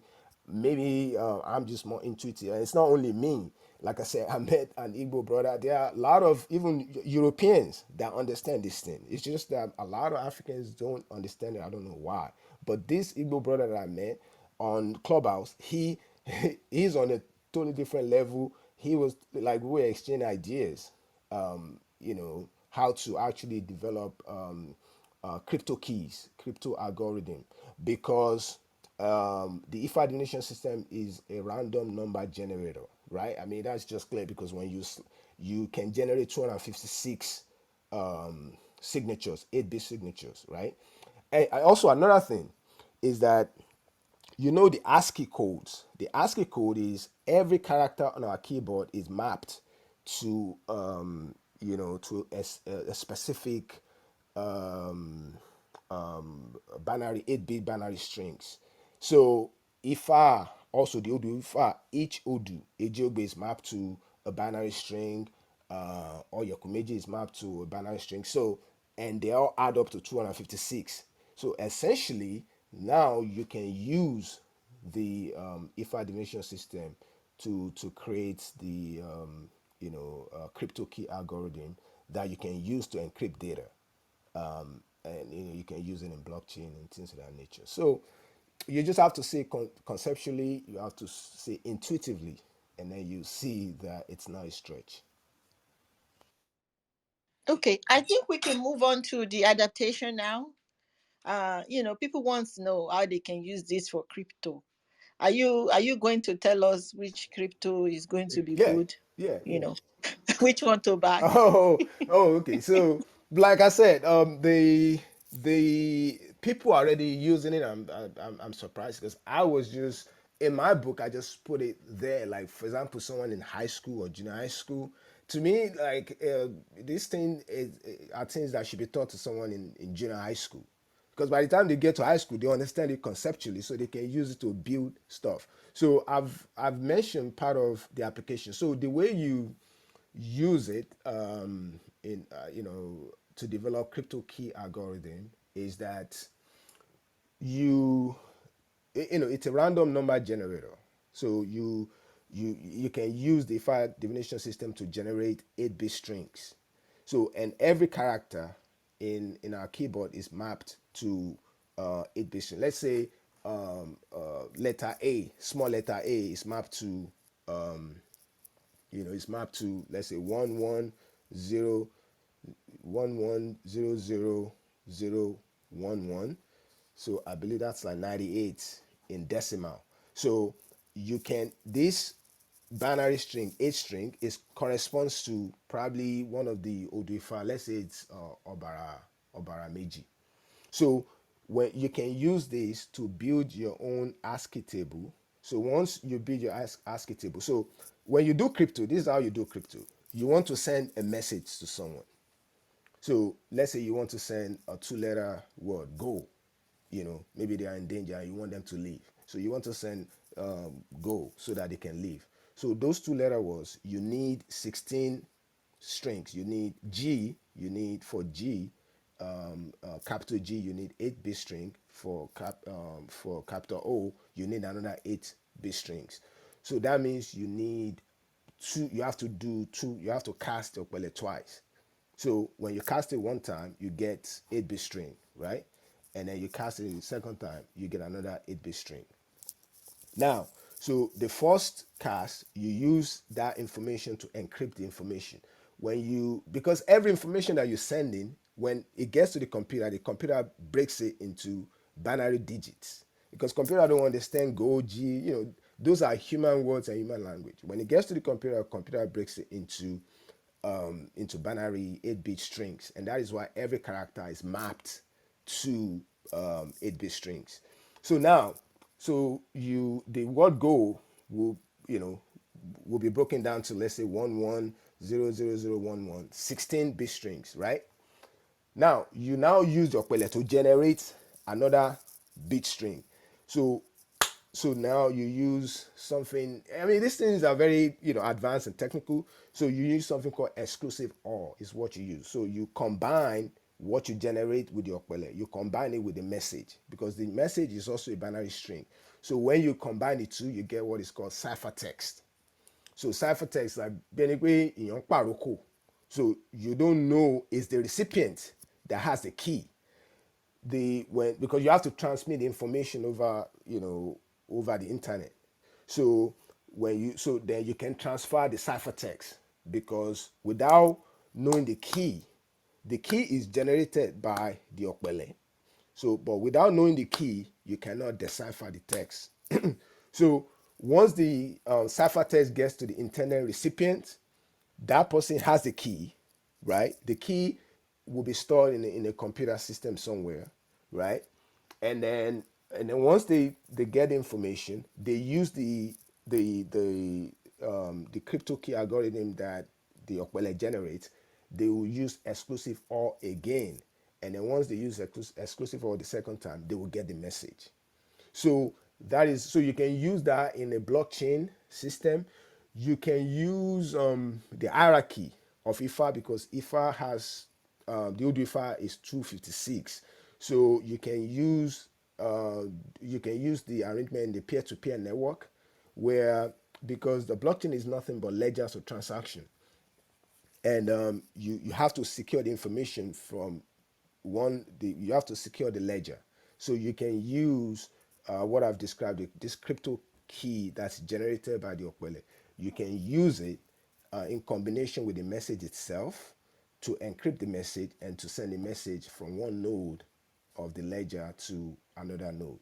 But the man that I met, he's already using it. He sent me like a bunch of literature. That is the core. The he used the AFA structure. So you combine like I said, Afa is 4 by 4. He has 4 legs. Ifa is 4 by 2 because he has 2 legs and 2 columns and 4 rows. So with the 4 legs in parallel, he he used the computer to generate like 60 of those. Imagine you combine 60 Okbele together, and then you use that to encrypt data. Every time data is sent, you just you generate that string, you combine it with information, you create the ciphertext, and with the ciphertext, you send the key to the recipient, and the recipient will get the message and decode information. That's how you send information, your credit card information. It's called IES. So it's something that, like in Yoruba land, we can develop our own using the IFA divination system as the backbone. So that's one of the, to me, crypto is where you use it. Also, you can use it in cellular automata, where if you want to understand the behavior of complex systems. For example, you want to build like autonomous vehicle. When one of the problems that autonomous vehicles have is that everything, like as I've previously said, starts with set of simple rules, zeros and ones. But just because you build the rules into a system doesn't mean you will be able to predict the behavior of the system, right? So you build an autonomous vehicle, you build all this encryption into it, how it should perform. When the vehicle actually gets to the road, it's different. You can't predict how the vehicle is going to behave because you have external factors, which are called external causalities. So if you can use the structure, the mechanics of IFA to predict what the scenarios, different scenarios will be, like kind of like in linear programming, where coming up with these different scenarios, like if this happens, what's going to happen. You'll be able to do that because IFA has IFA is kind of like hierarchical data structure, so you can store information to hold all these different scenarios. So that's another use where you can where you can in the area of cellular automata. And again, people should read up on a new kind of science that Stephen Wolfram. He's the one that developed Wolfram algorithm. It's kind of like Google. A lot of scientists use it. And also, he's the one that developed Mathematica, a program called Mathematica that a lot of engineers use it. So those are the two areas, in the area of crypto, and then in the area of understanding complex systems, that we can use the IFA divination system. Also in law, you can use the ODIFA data structure to hold information, because in the customary law, for example, like the cases that let's say it's a Plessy B V versus Board of Education. So that's a case. So you have to gazette it. You have to store it somewhere. So we can store, our information, statutory information, using the ODIFA. So that's another thing. And even the concept, we can use the concept to develop sci-fi. I think I mentioned one of the ways you can use it. You can, for example, I was working with this Brazilian sci-fi writer. He's like a movie producer. So I was working with her at one point. What he's trying to do, I'm just going to give you quickly a snippet of what she's trying to do. She wants to develop a sci-fi that that looks at the universe as a random number generator. So the whole of the universe is a random number generator. So the reason why you understand the reality is that when when the universe sends out different codes, send out 8-bit codes constantly. Everything in the universe, even the observer, everything just generates, moves, vibrates, and generate codes. So when the reason why we know we're on Earth is because our information is entangled with this paradigm. So you send out different codes, and then our code that we generate collectively got entangled, and then that's why we Earth bound. So there's a guy. He had an accident. He was having honeymoon and he had an accident, and then he underwent a surgery that changed his brain, and now he could generate all these random numbers that can entangle with 16 solar systems. So, and because he could do that, he could see reality beyond what we could see here on Earth. So he can actually, like project to other areas, and then it's 16 solar systems. So the way what I did for her is that I kind of arrange it in form of the structure of Oduifa, which is that so you have 16 solar systems, and all the 16 solar systems have 256 words that this guy can go into. So the guy was sent to all these different planets to see if there's extraterrestrial life there. And then so the story continues. So you can use this thing to abstract different things and make money from it, sci-fi, comic books, and things of that nature. So to me, I think it's a very fantastic concept, but we just have to learn it. It's not complicated. If the kids are exposed to one, once they're young, they can, if they're intuitive and they're exposed to, because it's going to be binary is the future.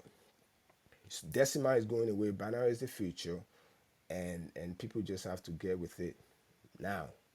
So that's all I can say about that. Thank you very much. You're welcome. I think we skipped Tunji. So Tunji, do you want to go ahead and ask your question?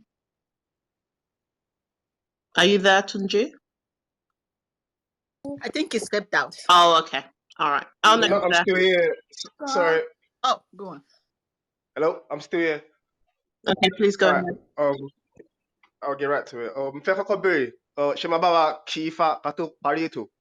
That's my Mute. first question. Mute. And Okay. the other question I had was about the binary and how many bits would the upper be? Like I think like you kind of clarifying that it might be 8. I think so, like I understand a bit about binary systems, and I think obviously it will help like understanding binary for someone that's interested in computer system engineering, perhaps like people that deal with assembly languages and transistors, logic gates. I think like I'm kind of thinking of logic gates and Yes. those sort of transistors are assembling in my head like the odors. I think Correct. Correct. you compare it to the ASCII and those sort of things. The quantum computing things a bit over my head. I haven't read much about it, but I know a bit about binary, like I said, logic gates and transistors assembling. So and the explanation you did just now, that you mentioned the 8 bit and kind of like continuous conversations with the with the IFA via the 8 bit and kind of like you kind of string them together like the previous response or what you got kind of like add on to the next one sort of things like the way the computer works. It's like you have to add them together like, to form a whole meaning. Yeah. Is that Yeah. correct? Okay, Yeah. thank That's you. good. Yeah. But yeah, I think I wanted to clarify that and just for my own comprehension to to make sure I actually derive something from listening all this long. I've always thought about it anyway, but like kind of attending this and you explaining it kind of made it more affirm, like in my understanding. But yeah, over that keba code if I could Pareto. That's all. Well, yeah. So well, me only kifao. That's why when I started, I said I'm not a babalao. my research strictly is in the technological information in IFA, and for me to get into that, I have to learn some of the cultural information, like actually I would say mathematical information, because the hierarchy, it's very complex.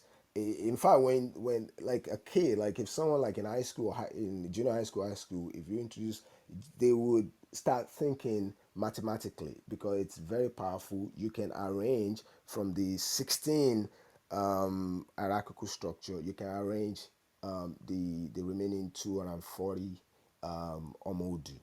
It's very neat, and the way you do the permutation using the right leg to determine which odu is senior to the other one, that one is also neat too. So when you understand this, you can see clearly it's not that the IKIN or the IFA divination system converges with digital computer systems. In fact, the IFA, the binary concept in IFA, is the bedrock of digital computer system. I mean, this is just history. It's not something that we're just making up. Without Leibniz understanding binary arithmetic, in fact, he wrote in his essay, he gave credit to China, but we know I Ching is a subset of IFA, because I Ching is 64. It's a system of 64 6-bit strings, and IFA is 256 8-bit strings. So we understand from there that the I chain is, so it's not like something that we're making up. And the physicists, the mathematicians, they coming into that realization now that life is discrete. Digital system is discrete. I mean, it's 0 or 1. Without digital, we'll not be able to do a lot of things that we do today. Before, during like Einstein and all those guys, they think reality is continuous, it's linear. But now we know reality is discrete. It's either it's dead or alive, it's male or female, odd or even, 0 or 1, and that is what IFA is all about. So, and that is why IFA is a foundation. I'm not saying this. Europeans are saying this. The guy that wrote about African fractals, Ron Iglash, said the same thing in his book. African Fractals, and he talked about how people are using IFA to do complex math like modular 2 recursion, exclusive OR, all these things. I mean, Europeans, they know, a lot of Europeans, mathematicians and computer scientists know this. Though sometimes they don't give credit to, to Yoruba people, but they just say, well, it's everything is binary, everything is discrete. But the knowledge of discrete variables come from IFA, which is binary 1 and 0, single mark and double mark, and you can use it to build a lot of things. But you have to understand the concept, and that is what people. When I talk about the convergence, people always think, oh, so let's use to build computer, or let's use to go to space. No, you have to understand the concept first. Once you understand the concept, then you can use the concept to generate money, and then when you generate money, you can build chips. You have to design it. Like, for example, I understand the concept, and I sat down and said, okay, you know what, that if you have, instead of the structure of IFA that has 2 legs, right and leg, which is 8 bits, right? Which is 2 to the 8 256. What if you have 4 legs? What if you have? Why is it even that people don't even ask? Why is it okpele? Why is each token? Why does it have equal 2 sides? You know, why doesn't it just have one side? Why does it have to say? Or why doesn't it have like 6 sides? Like, because if it has 6 sides, it's gonna be even more powerful. And the reason why it doesn't have 6 sides is because nature only has 2 sides. So if you use 6 sides, that's not gonna work. The computer will not gonna be able to process it, because nature only works based on opposites. So, because reality is a union of dynamic opposites. It's just one thing, but it manifests in itself as two, like hot and cold. That is why the so you have to give it to our ancestors for being able to even think that out, that this thing has to be concave. Because I've always thought about it, say it would be more powerful if you have 6 or even 8 sides, because then that would be, instead of 2 to the 8, that would be 8 to the 8. So 8 to the 8 will give you so many combinations and so many variables, but it's 2 to the 8. The only thing you can now do is you can add to the 8. You can add like 8 okpele together, the way it's done in quantum computing when they build the chips. So they just connect all these chips in parallel, like the same way the okpele is. That's the way. If you look at the motherboard of a quantum computer, it's the same structure. So, and it's the, you see the entanglement, you see the superposition, and so then you see the qubit. So each token is actually a qubit because it's sending information, which is either 0 or 1. So, so yeah, that's that's all I can So, say Mr. about that. Ojo, is it that if you actually understand these principles and we research it well and we build on it, it's quite possible for us to actually find our own system of essentially manufacturing uh what's it called? My God, what you just mentioned just now just escaped me. Transistors. Not transistors, the chip, That's essentially transistors. Yeah, Chip. building final chip systems yeah, that is definitely. very diverse from the current approaches around the Yeah, world. definitely. Like if you go to China, you see, in China, their systems are not the same as the system in the West. Like their crypto architecture, their internet, everything is different because they use the iChain system to develop things. They use it, to develop the architecture, the background of it. So you cannot. So it's totally different. So if you from the West, it will be hard for you to hack into their system. I mean, it's still a fundamental system. It's still going to be hackable if you study. If you study if they give you the template or what they use, you'll still be able to hack into it. But you have to study it first. So their system is not the same as the Western system. So yeah, we can use the same thing. Again, that the guy, the Igbo guy that I met on this platform, he used it. He actually, like, you guys should see the literature that he sent to me. He has a business, so he used the AFA system, the structure, to develop the crypto key algorithm he uses in his IoT, call it Internet and or Things or something like that. So, and then he market. So if you want to, if you have a small enterprise and you want to secure, your system, you go to him and he will help you secure it. And then, but he told me that's what he used to build it. So he combined. So the alpha system is a 4 by 4 matrix, and because it has 4 legs and each leg has four, tokens, right? So he combined that, almost 60 4 by 4 matrix together, and then he performed different operations on them, and then he used them to encrypt the data. And he's even telling me that he's even like, it goes beyond even the ASCII, because the ASCII is just 256. Because what if you're like in a country where they use like a different keyboard, like in China where they use Ganji, or in Japan where they use Ganji, symbols that we don't use in the West. So he was able to even envisage that. So he built that into the system. He built even now they use biometrics. So like iris recognition, your fingerprints and stuff like that. So he also built that into it. So this guy, he knows the stuff. Like, when I say something, he already knows what I'm talking about.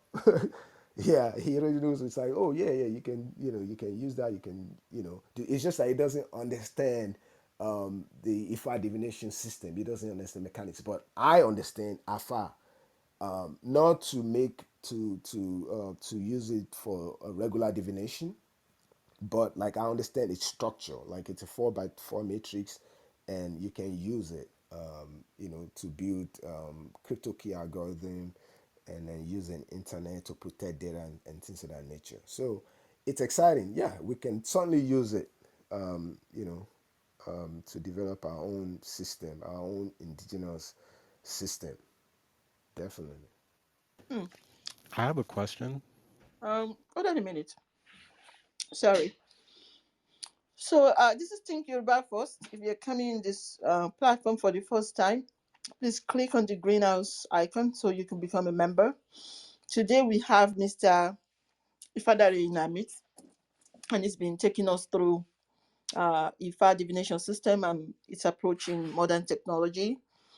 And thank you very much. Very, very enlightening morning for me today.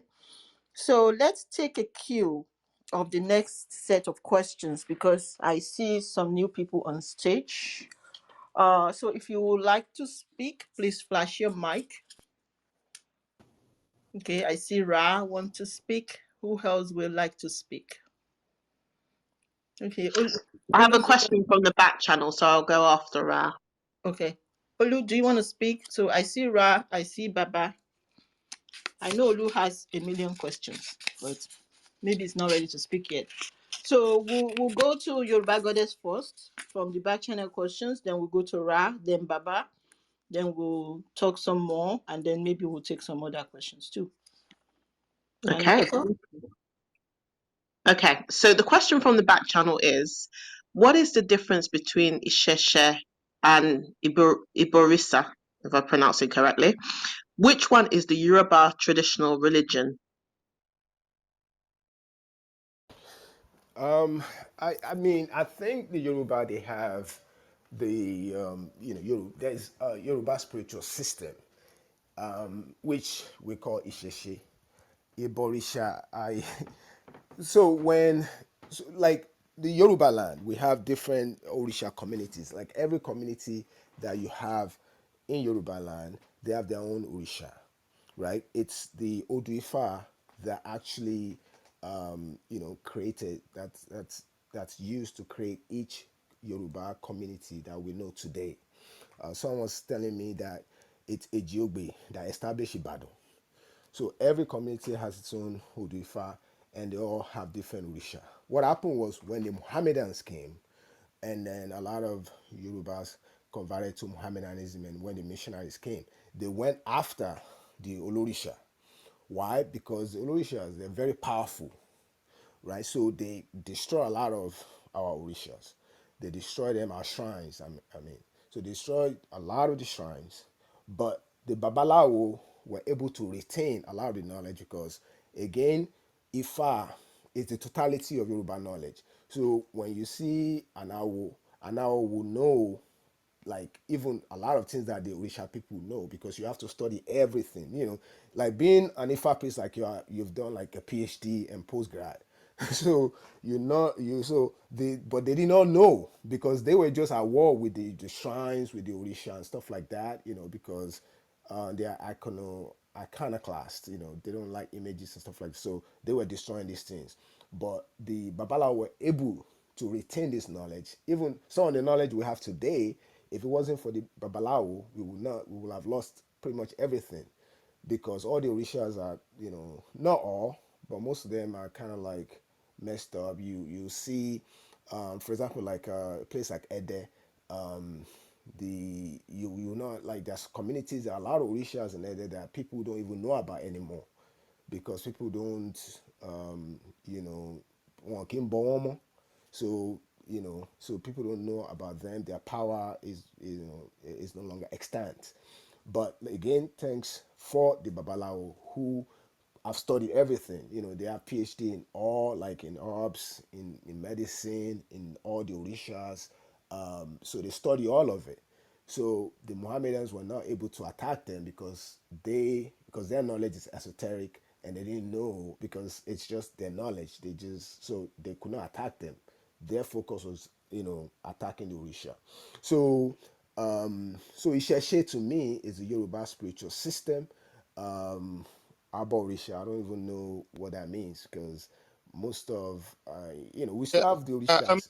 Mr. Ojo, please. I'm sorry to interject, but it seems it's kind of it's not complex to someone like me. It's not complex, but I would still appreciate it if you allow one of our babalawos to shed more light on this, so that people won't be confused. Yes, they Kind. will. Baba Wisha is here. He will answer that question. Uh, but let Mr. Joe, once Mr. Joe rounds up, we'll let Baba Wisha also answer that question as well. and then we'll continue. Yeah, so that's pretty much it. The Isheshe is Yoruba spiritual, system. Aborisha, I don't know in what context. Like the two are not even related. There are people into Isheshe. They have their Orisha that they pay homage to and things of that nature. So, if that's what that person meant by Aborisha, but Aborisha, it's not a form of religion. It's just something that we do. It's our culture, it's our tradition, our Yoruba people.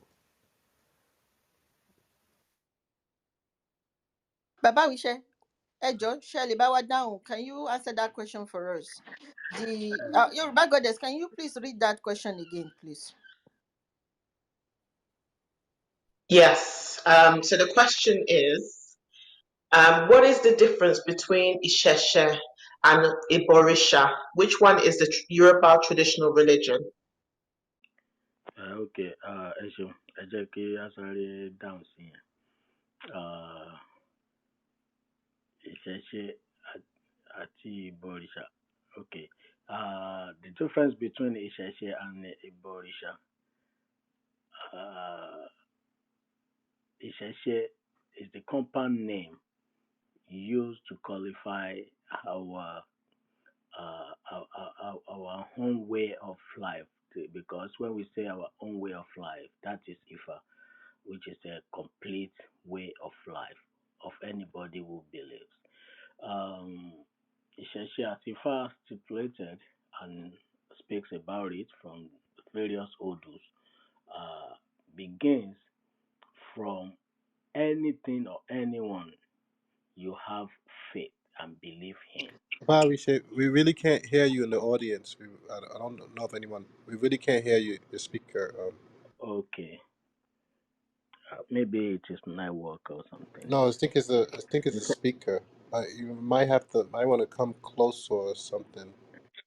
Uh, Oh, uh, okay. I'm having my phone by my mouth. Let me use I can I can let hear. me let me use headset. Maybe it may be different. Hmm. Thank you for letting me know. Hello, Yes, go ahead. hello. Okay. Is it better now? We can, À ń gbọ́ yín gbọ́ yín dáadáa sir. kedere. À ń gbọ́ yín Gbọ́ dáadáa yín báyìí sí. dáadáa. Ẹ lè sọ̀rọ̀ sókè bàbá. Okay. Eshun. So as I was saying, I was saying that when we say Isheshe, that is our own complete way of life, which we call Ifa. And as many Odufa speaks about it, they speak about it.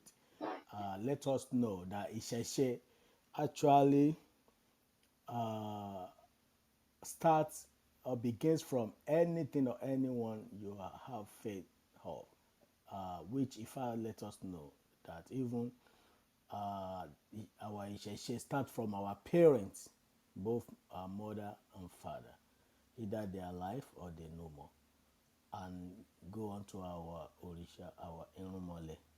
Uh, Ifa says in one Odu, Ifa, in Odu Ogundarin, yeah, I said that yesterday in one of the programs we have too. Ifá says in Odò Ògúndáàrin, Ifá says òkúṣú náà rè náà rè. Ọ̀sásùlẹ̀ gbẹlẹ̀gbẹ́ aláyérayé omi abíọ́ta, alásàáràsà omi alẹ̀ odò. Àwọn àgbà àmọ́lé náà rí pé òsùn ọ̀mọ́ wá fi run gbọ̀díyà pinpin dí àfúnṣẹ̀ṣe tí ń ṣe olórí orò láyé. Abùfúnṣẹ̀ṣe tí ń ṣe olórí orò níwàrun. Ǹjẹ́ kí n láá ṣe mọ̀ ṣẹ̀ṣe bàbá ẹni ìṣẹ̀ṣe ẹni ní, yeye ẹni ìṣẹ̀ṣe ẹni ní, irúnmọlẹ̀ ẹni ìṣẹ̀ṣe ẹni ní, orí ẹni ìṣẹ̀ṣe ẹni ní. Ìṣẹ̀ṣe làwa ń bọ nífẹ̀ẹ́ ká tó bẹ bọra. That Odu, let us know that when we say ìṣẹ̀ṣe, it actually starts from your parents, goes to your òrìṣà, irúnmọlẹ̀, and to your own ori. So having all those, believing in them, that means you are oníṣẹ̀ṣe. And the one there are so many ways we can get back to our ìṣẹ̀ṣe, which takes us to Ìbọ̀rìṣà.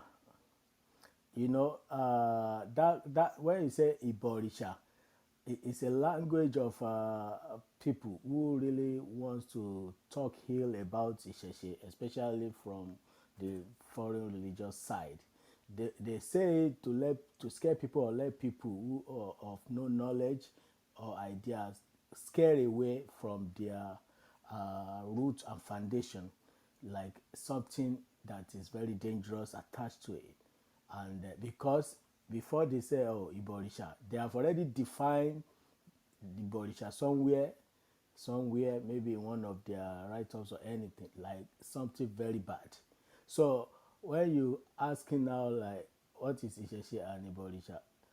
Uh, Actually, Iborisha is when you are attending to your Isheshe. When you think like, oh, I need to get my mom a very nice dress, nice car, she is your orisha. You are already doing a borisha, which is you are making her happy. Fulfilling the needs. What is it? I said when you are fulfilling the needs is your Iborisha. Yes, thank you. That's perfect. So same thing, we do for our Irumole, our Orisha as well. And the philosophy of Ifa is so deeper that we cannot be saying all that right here. We can say it, but there's no time and mean. There's nothing sacred in it. Because what I want to say is that like Ifa let us know that what every Orisha before they return back to Olodumare has cause to bring whenever we want to communicate with them. Ask us the way we can talk with them even after when they left. And this is what we've been doing and still working up to this moment, and will always be working for us because that is who we are. So, for example, now, if I also even says that when we really want to talk to our Enumole, our Orisha, we need to go and talk to them with the way they say we should talk to them, which like giving offering. Like I said, if you can buy good things for your father or for your mother, uh, the ancestors, which combine all of us together, the Irumale who own our land and our life as Olodumare, let us know there's nothing wrong in doing something for them. It is in our own favor because if I says in one old if I says ọwọ́ tọ́ ní mọ́wọ́ tọ̀ wá dé afákápò tí ó náwó bìsẹ́là ẹ̀là náà náwó gbogbo rẹ̀ sí. That if I let us know that okay, Akapo is a priest. Now once Ella to do something, who is one of the Orisha, and he knows that okay, what Ifa says is that give Obi, which is Kulana to Ella, and it takes the Kulana to Ella, and now what maybe he was requesting, for example, maybe he was requesting for victory over some things, maybe he was requesting for success, just uh, you know, no cause cola now brings all those good things back to him. That is exactly how Iborisha, Bibo Orisha. Iborisha is a kind of slang or language to, to talk ill of our Irumole. We have Bibo Orisha, and we don't really talk about Bibo Orisha unless we want to say it in a class or something. Iborisha is kind of borrowed name that they use in order to you know to battle our heritage, our culture, our tradition, our Isheshe. So there is no difference between Isheshe and there is no way you can say, oh, Onisheshe ni mi, and you will go away with Iborisha. There's no way. So they are the same thing. If you are Onisheshe, you are Aborisha. That is it. that it's not possible for you to say, oh, I want to be oníṣẹ̀ṣe but I don't want to bọ òrìṣà. Kò lè ṣeé ṣe, kò lè work. Mo rò pé mo down there. Mo sì ní contribution tí wọ́n bá tún pè mí padà tí mo fẹ́ sọ gangan, apart from the question. Can I say Yes. something? Yeah, Mumbo, Mr. White Lion. I know that name. Okay, Mumbo. Yes, Baba, we will come back to you for your contribution before the end of the day. Okay, Mr. White Lion, do you want to respond to that to the question that was asked? Yes, ma'am. Okay, go on. Then we'll go back to the queue. So, in my own view, the difference between Isheshe and like the person asked Aborisha.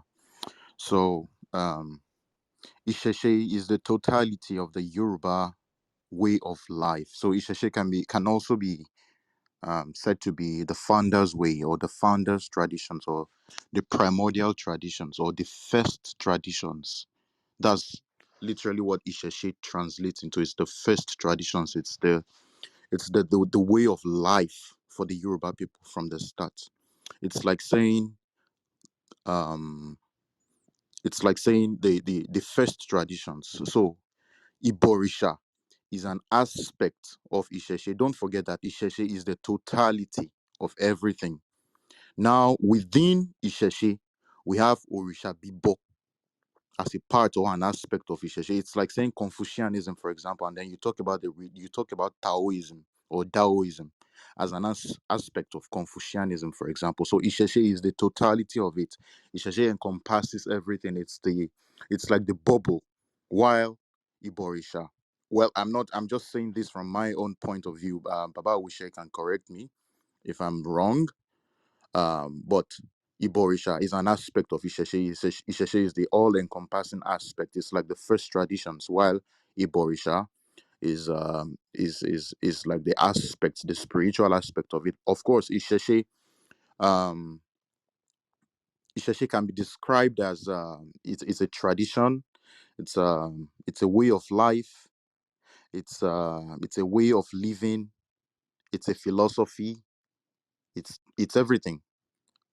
Body Borisha, to be specific, is that religious aspect of it that is more concerned with the spiritual aspect of Isheshe. So that's Yeah, my own point of view. I think I was going to ask the question. Um, I think to put it in perspective, in better perspective, I was in a room yesterday where we were discussing about is Isheshe a religion, and I made a submission that Isheshe is not a religion.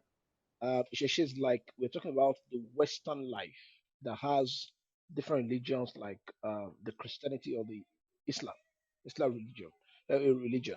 Now, what I want to get here is Iborisha because I'm a Christian, for instance, and if you ask me, ẹ̀sìn wo ló ń ṣe Olúyẹmí, màá sọ pé mò ń sin ẹ̀sìn Jésù, mò ń sin Jésù.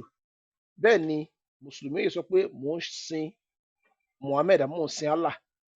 Now, in the context of sin, if you now come to our traditional religion, ibẹ̀ ni ọ̀rọ̀ bíbọ ti wọlé.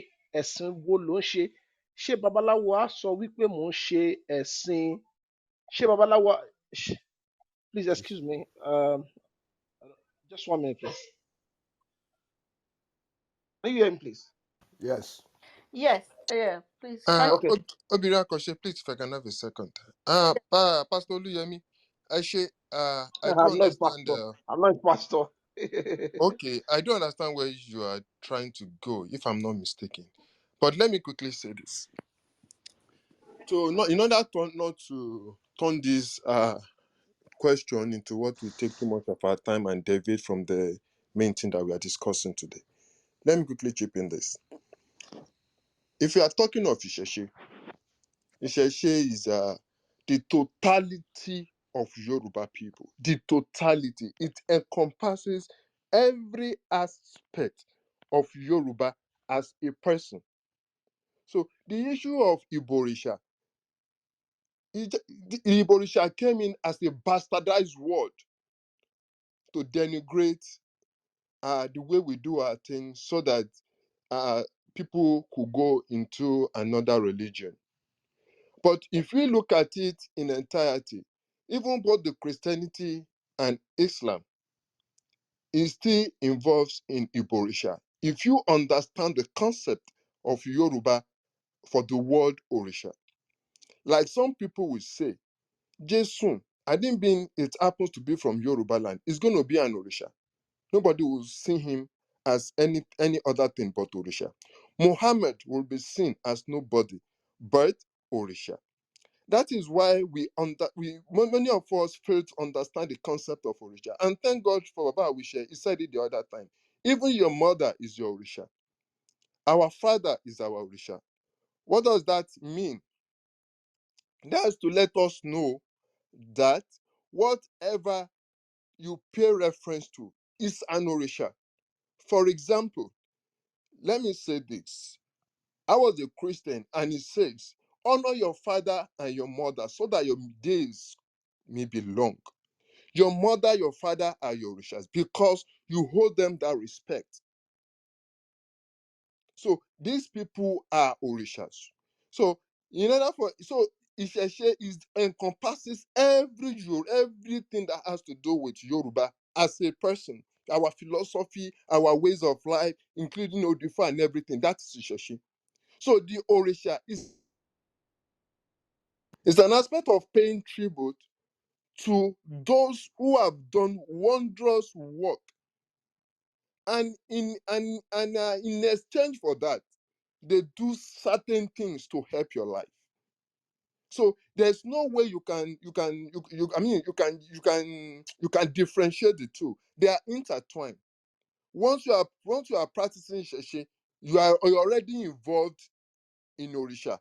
So Iborisha or Aborisha that people say it comes from the foreign religion, or let me not use that word. It comes from the two religions that were brought for us in order to make us, or to make people not to believe in the concept of Orisha. That's the way I, as a person, can quickly explain it so that we don't continue to go in and out. There's nothing bad, it is nothing wrong. It is just the use of word. It is just wrong use of word like Yeah, Iborisha. It's even an alien word. Ben. We don't see that as part. I mean, as part Sorry. of Yoruba Thank you. ways. Àwọn kan àti ẹ̀tún sọ wọ́n á ní wọ́n ń bọ igi wọ́n ń bọ pẹ̀ á dẹ̀ máa ń bí wọ́n igi wo là ń bọ ẹjọ́ ẹ sọ fún So wa. it's just Igi wo là Iborisha, ń just bọ a bastardized ọ̀pẹ wo word. là ń bọ It's a ẹjọ́ ẹ bastardized jẹ́ ká mọ̀. word. So there's nothing like Iborisha, just a Sherry, bastardized word. the thing That's is just it. the Abrahamists, they love to interpolate their own worldview in the Yoruba worldview or Yoruba cosmology. That is the problem. That's why when you see someone like Oluwo talking about, he's at war with the Orisha, it's kind of like you're at war with yourself because you yourself can be an Orisha. You live a wondrous life, like you've said, Mr. Kemi, or an exemplary life. You also can be deified as an Orisha. So if you are at war with Orisha, it's kind of like you are at war with yourself, or you just don't understand the concept. So we cannot interpolate Christian or Islamic worldview in Yoruba cosmology and try to reconstruct Yoruba cosmology from that way. So you just have to understand the whole concept, the concept of Orunmole, the concept of Orisha, and then so without understanding that, you just be mistaking, you just be modeling things together. Iborisha is an aspect of the totality of the Yoruba, tradition and custom, which is the Isheshe. So that's just what it is.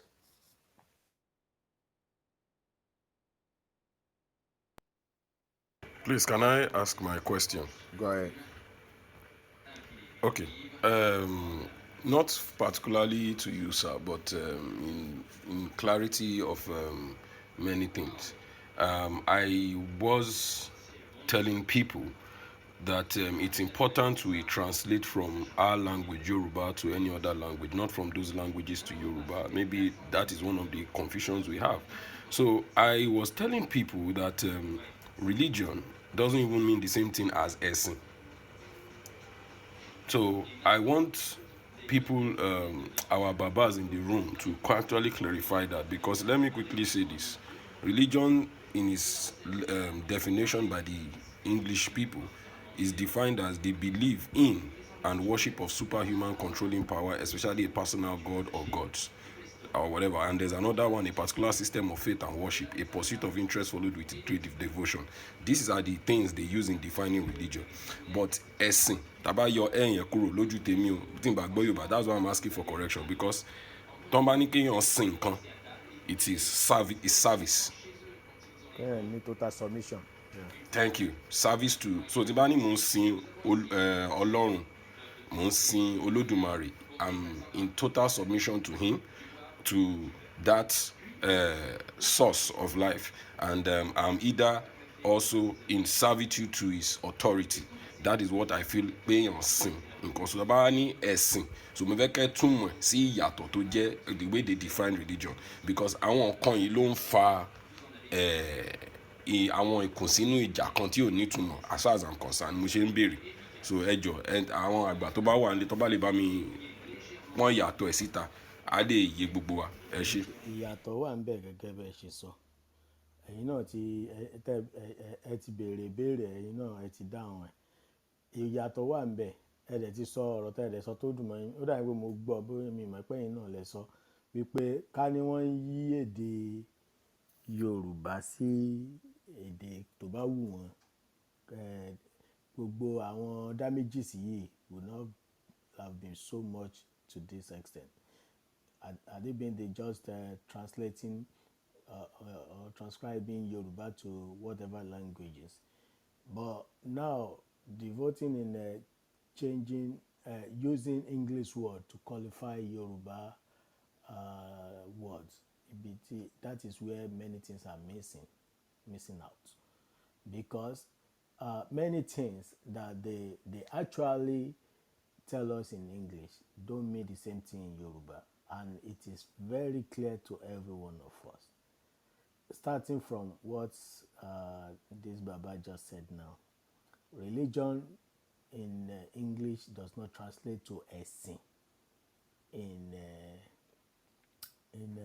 our own Yoruba language, because ever since before even any religion was introduced into our land, our ancestors and they have been claiming that ẹ̀sìn, that ẹ̀sìn títà wọn, their own ẹ̀sìn is the ìṣẹ̀ṣe. So now that they bring something to us called religion, now comparing that ẹ̀sìn into religion, which does not the same thing, which is not the same thing, does not mean the same thing. Now they say we have Olódùmarè, we have Ọlọ́run, which in our language we call the Most High Being. They translate that for us as God.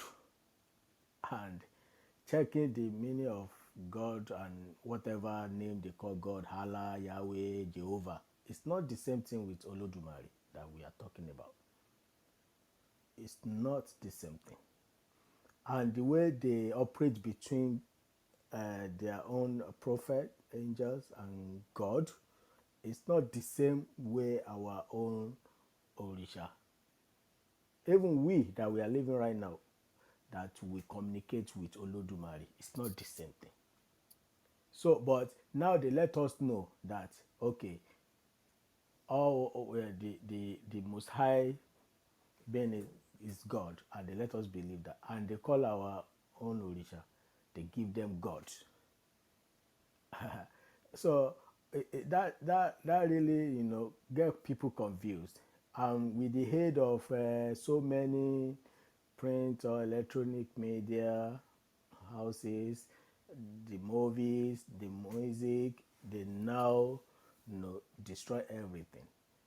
Just like Baba said now, many translations are very, very wrong. Many of them are wrong. They don't even mean the same thing, not even close to us. Just the same life mistake did by Bishop Ajayi Crowther. Translate Satan into issue. But for God to translate Jesus into Ogun or Shango, but look at what is very, very bad and look at what is very, very powerful in our land. How come something very powerful, helpful, and very, very good will be equated with something very, very bad? From there, it's obvious that intentionally they just do that to make sure that they put ill faith into the people's mind against our tradition. And even we don't have any grudges with Bishop Ajayi Crowther, because even though he was the one that translated Bible from English to Yoruba, he was being manipulated and monitored.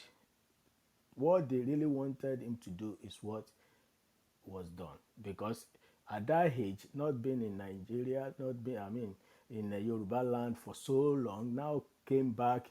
How come he left very early tender age and he came back after? How come he knew everything that he should equate to this without even living right here? So it means that they did the job on the ground, but just put his name. Like I'm mentioning his name now, so that we know that it is our home person, Yoruba person, that did this for us.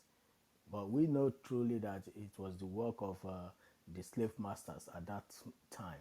So, to answer the questions, many translations which have been used to bastardize our religion, our Isheshe today, like religion you're talking about now, and the ones I have mentioned, are not the same thing with Isheshe. What are we like now? We are speaking English at our own capacity. It's not even our language, but we are just trying to communicate to let people understand across the border. Uh, Okay. uh, in conclusion, please, Yes, sir. now that we are speaking this language, we should please endeavor not to put everything into translation. There are some things that cannot be translated. Orisha should be Orisha, not God. Ìṣẹ̀ṣe should be Ìṣẹ̀ṣe, not anything they want us to change it to. Ẹ̀sìn should be ẹ̀sìn. Then some other things like we are saying right now can be translated. Like if they say, okay, if I say wa, it means come in English, then I agree with them. But in my own faith, because if you see the way they translated their own into Yoruba, their own prophets, angels, you see that they made it so similar to their name. Nothing was changed totally. It was our own that was changed totally. No even correlation, no any similarity in the, like Jesus now being called Jesus now called Jesus. That makes sense. That would have been done to other things they translated to us. So that's it. I wanted to Okay, know that if is I good. Mr. could. Ra, I'll call you. I'll call you. Thank you. Let me just try to recenter the room, because we have a little bit of uh, digression there. We talk more about spirituality there than we wanted to for today's topic. So again, the topic for the room today is IFA definition system and modern technology. And we have a guest speaker, Mr. IfaDare, who is not an Ifa priest, but is a scholar of Ifa and is using it, um, is letting us know the technology that is part of Ifa. Pretty much it demystifies Ifa and let us see that it's beyond the spiritual use of it. And I think that's the problem. We have been so limited because we have been so focused on the spirituality purpose of it, and we completely ignore so many other things that is in Ifa that should be further explored. And as a result of that, the knowledge should be welcomed by us, as opposed to us fighting against the heritage that has been bestowed on us by our ancestors. So, Mr. Ra, I'm going to have you go next. I know there was another person that has a question, but he left the room. Maybe we'll come back later. So, Ra, you're next. Thank you. And so my name is Ra Amenuja Badal. I am also Awo Ifalade of the Akinwande lineage of Abeokuta.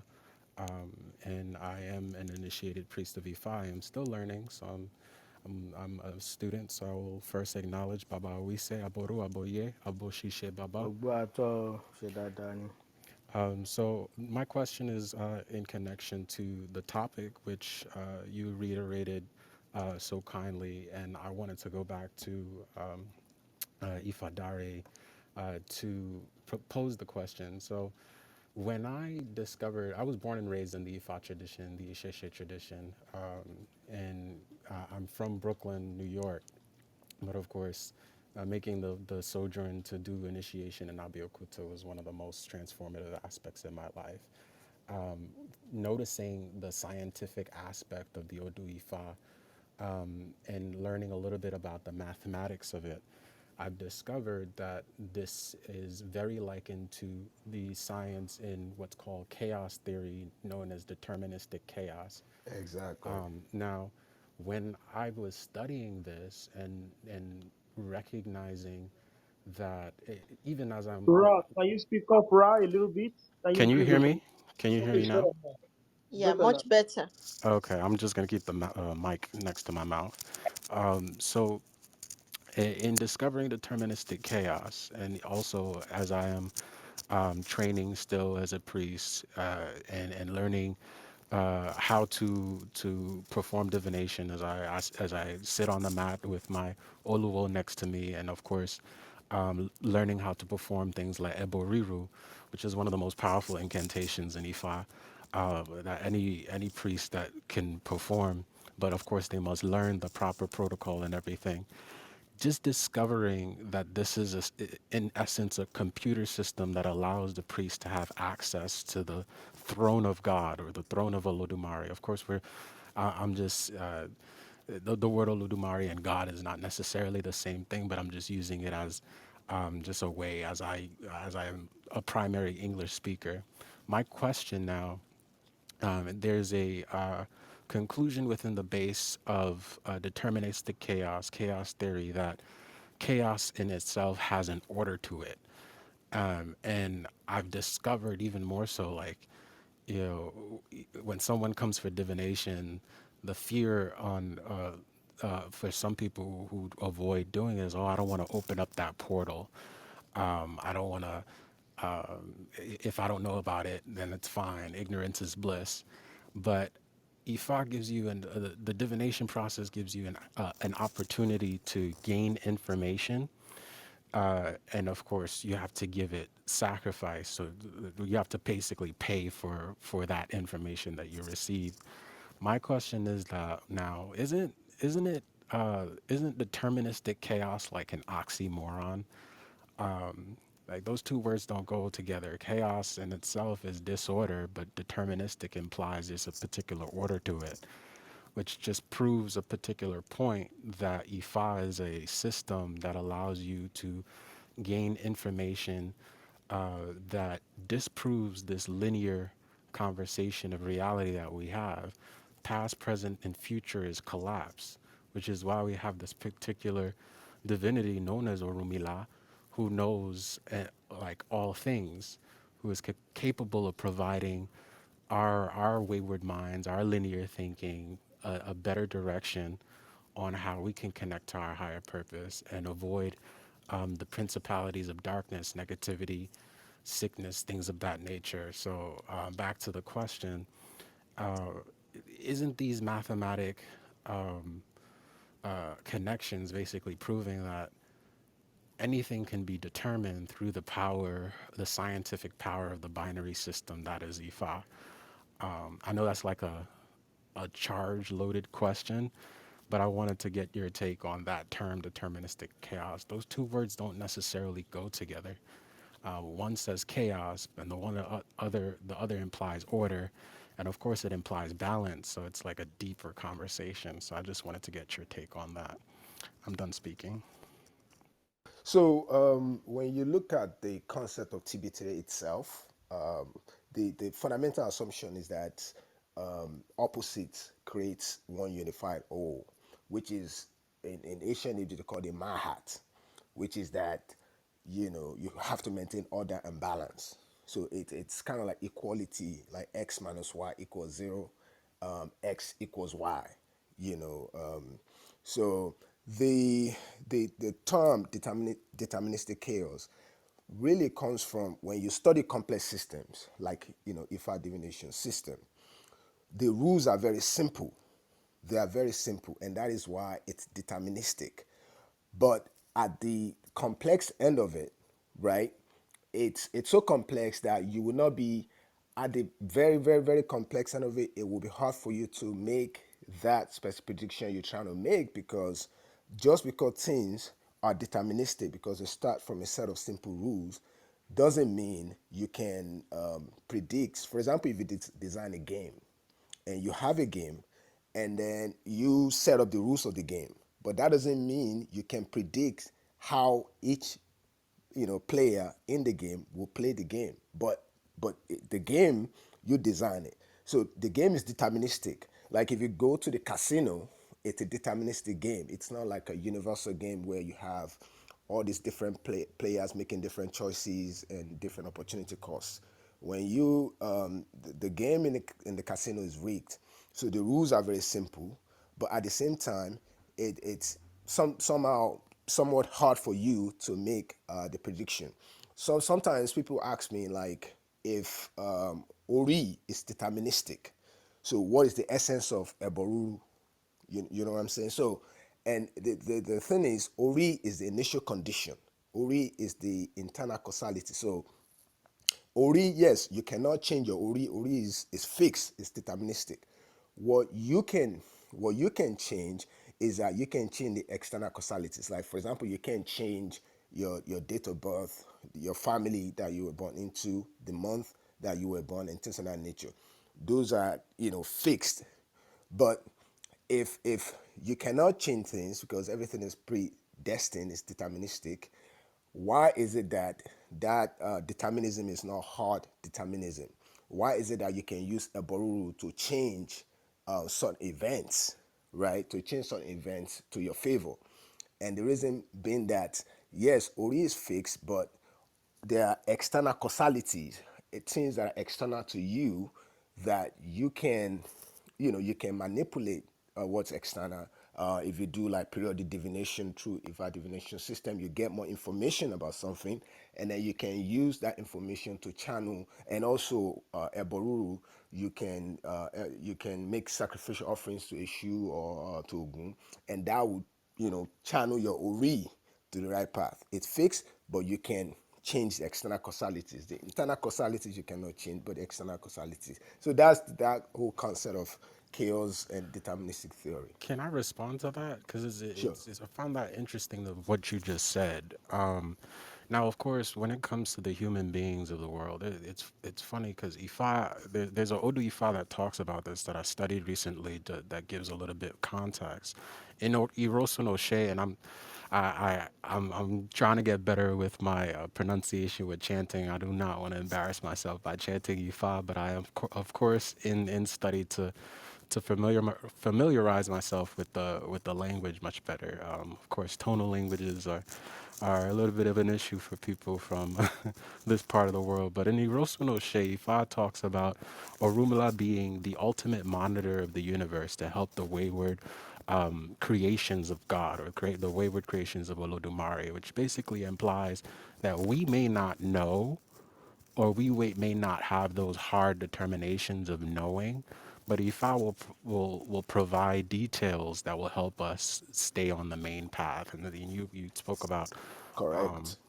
you spoke about Ma'at being the foundation of law and order of the universe that has to be maintained. And of course, Thoth, her divine counterpart, is like that Orumila faculty that helps humanity get a sense of how to move forward, even though we may not be capable individually of comprehending everything. That determination is left with Ifa, the esoteric word of Olodumare, the owner of the source of the universe. So I tend to think that the word deterministic, although it's limiting in regard to the self, like the individual, it really speaks to the larger scope of the tradition as a whole, Isheshe, which basically encompasses a communal effort to lift and elevate everyone, and so that we are on the right path, so to speak. So even though we may not know, I think the faith, that's where the faith and spiritual aspect comes in. The letter that falls, we know what to do. We know what energy to give it so we can stay on the straight and narrow, because of course they're made like, even with an individual priest, no one knows, because there are thousands, tens and thousands of verses per Odu Ifa per 256. So I get that on an individualistic level, but I think it's a little bit of the term that, I guess it's just me pushing back on an intellectual level, but the the phrase deterministic chaos, it takes away from the spiritual aspect. The determinator, that is Orumila, that is Ifa, that is Olodumare. The chaos is where we live, this marketplace, this earth that are existing in, and of course we rely on the determinator to help us navigate the chaos.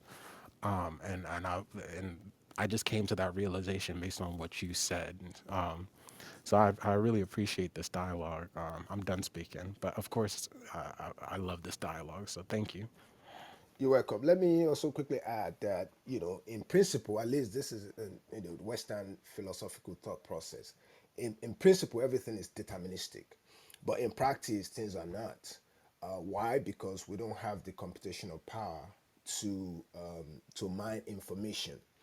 The Exactly. Right, but in our worldview, because we understand that Onumila, using the complex system or IFA divination system, can mine almost infinite amount of information, so you can use that even in practice to make predictions. So that's just what I want to add.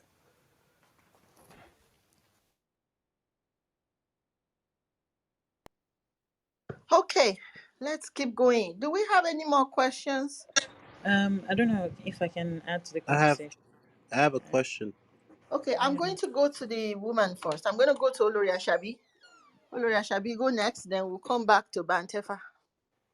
Okay, it's been a very wonderful conversation, and I learned a lot listening to you guys. And I wanted to say to what Ra said in terms of Olodumare is a determinator, and we're the one living in chaos. And for me, because this December to New Year Eve, I kind of spent it in Ifa's house, and I went into the deep part of Yoruba land, and I took some days off to learn Ifa in a more realistic sense, and it kind of gave me a very different experience. I realized that we have created a system that is so interwoven with nature, and everything that we use is a symbol of nature, and we have to understand how powerful it is. Like, all these things are not just okwele. you know they're they have symbols written all over them. The beads on them are symbols. The cowries on them are symbols, are very strong symbols that means that has a very deep meaning to people. And also the Igbo, which we have the bones, egungun. Egungun in realistic terms has its own significance. We carry bones in our body, and we are connected together with bones. If you look at every human being or everything on planet that has flesh and blood has its own bone. So we have to understand that universal. So it's almost like these symbols carry a universal meaning, so it's very powerful. And also, Inat represents a particular consciousness of a group of people, indigenous people to a particular in on Earth. So it's not just a system that is. We can look at it from the surface, like, okay, this is just Ifa, and these are just calories, and this are just. But really, it's very complex, like Ojo already spoke about. And I also wanted to say that. Because it's based on the principles of life, we find it in everything that we do.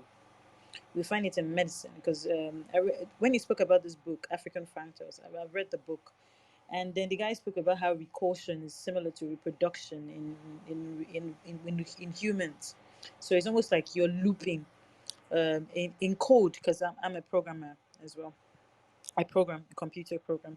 So we know that recursion is like a function calling another function. So we can say that when we put the propeller down, because what you first do is you derive an odu to te or something like that. I can't remember. So you derive an initial odu. So on that odu is where you now divine and make your Igbo on. So you first derive an odu, and then you make your Igbo. You use your tools like Aj. So remember symbolization, very powerful. So you use Aj, or you use Egungun, you use Awo, you use fruit, you use what's that last one? Use fruit. I think Agbalumo seed, and there's a special fruit. I use Ota. So these things signify different things. I use them to ask questions, right? And then you derive another function, because functions are like values in code. So let's just see that. Okay, you're using functions. Functions carry value, and also even the word ejogbe is a code. It codifies something. You use it to code a set of behavior. So ejogbe is not just an odu. It has its own characteristics that comes with it. Why is it ejogbe? There's a reason for it, because it represents perfect alignment. Oyaku is the opposite of Ijope. So, which is related to dirt, darkness, and transformation as well. It could represent transformation, because for you to have a beginning, there has to be a death or something. So, and then you also have Iwori, Odi, and those are the ones that don't change. And in terms of their signs, if you turn it upside down, they still remain the same thing. So it's like a heavy code for a name, like a code for something. Like, okay, we codify this word. So under the code, you have a set of behaviors, which is the same thing as code. Basically, that's the definition of a code, a computer code. And so we can see that on this system, like Ojo has already spoken earlier, it can seem simple, but basically it has so many things into it. I also want to talk about this hierarchy system. Yes, it's based on hierarchy, and also in code, basically, it's also based on hierarchy. For let me give you an example. If you want to get something, you want to call a function, or you want to call something in a computer, you have to go to the parent of the computer. That's a dumb rule. The DOM. Dependencies. Yeah. So you have to call the function, the parent, before you get to the child. So you have to go through a loop.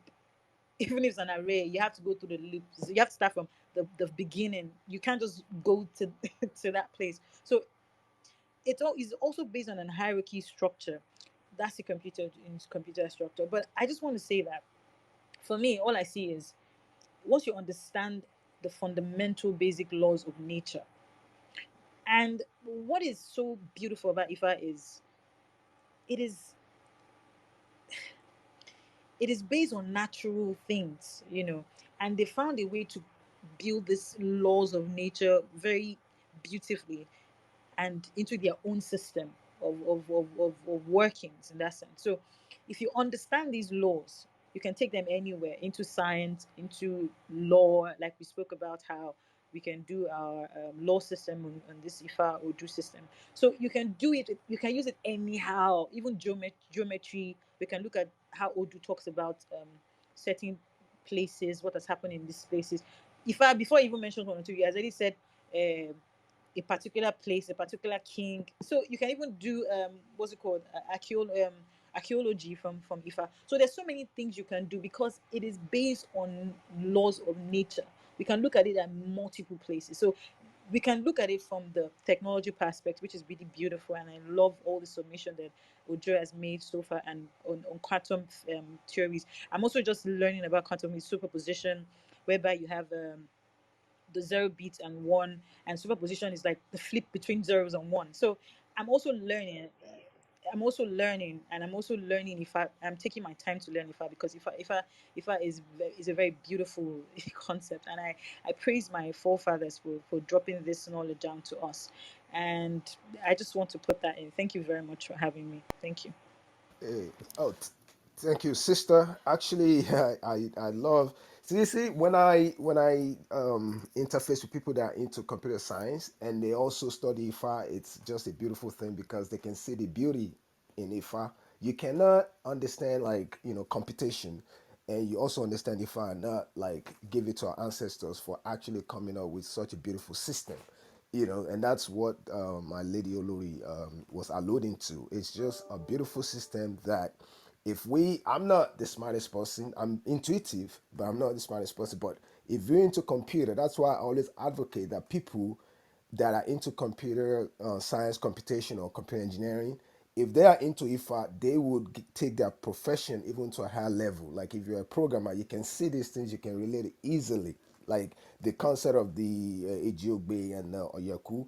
I mean, you just can see one is a male and the other one is a female. You can see like the complete, the complements out.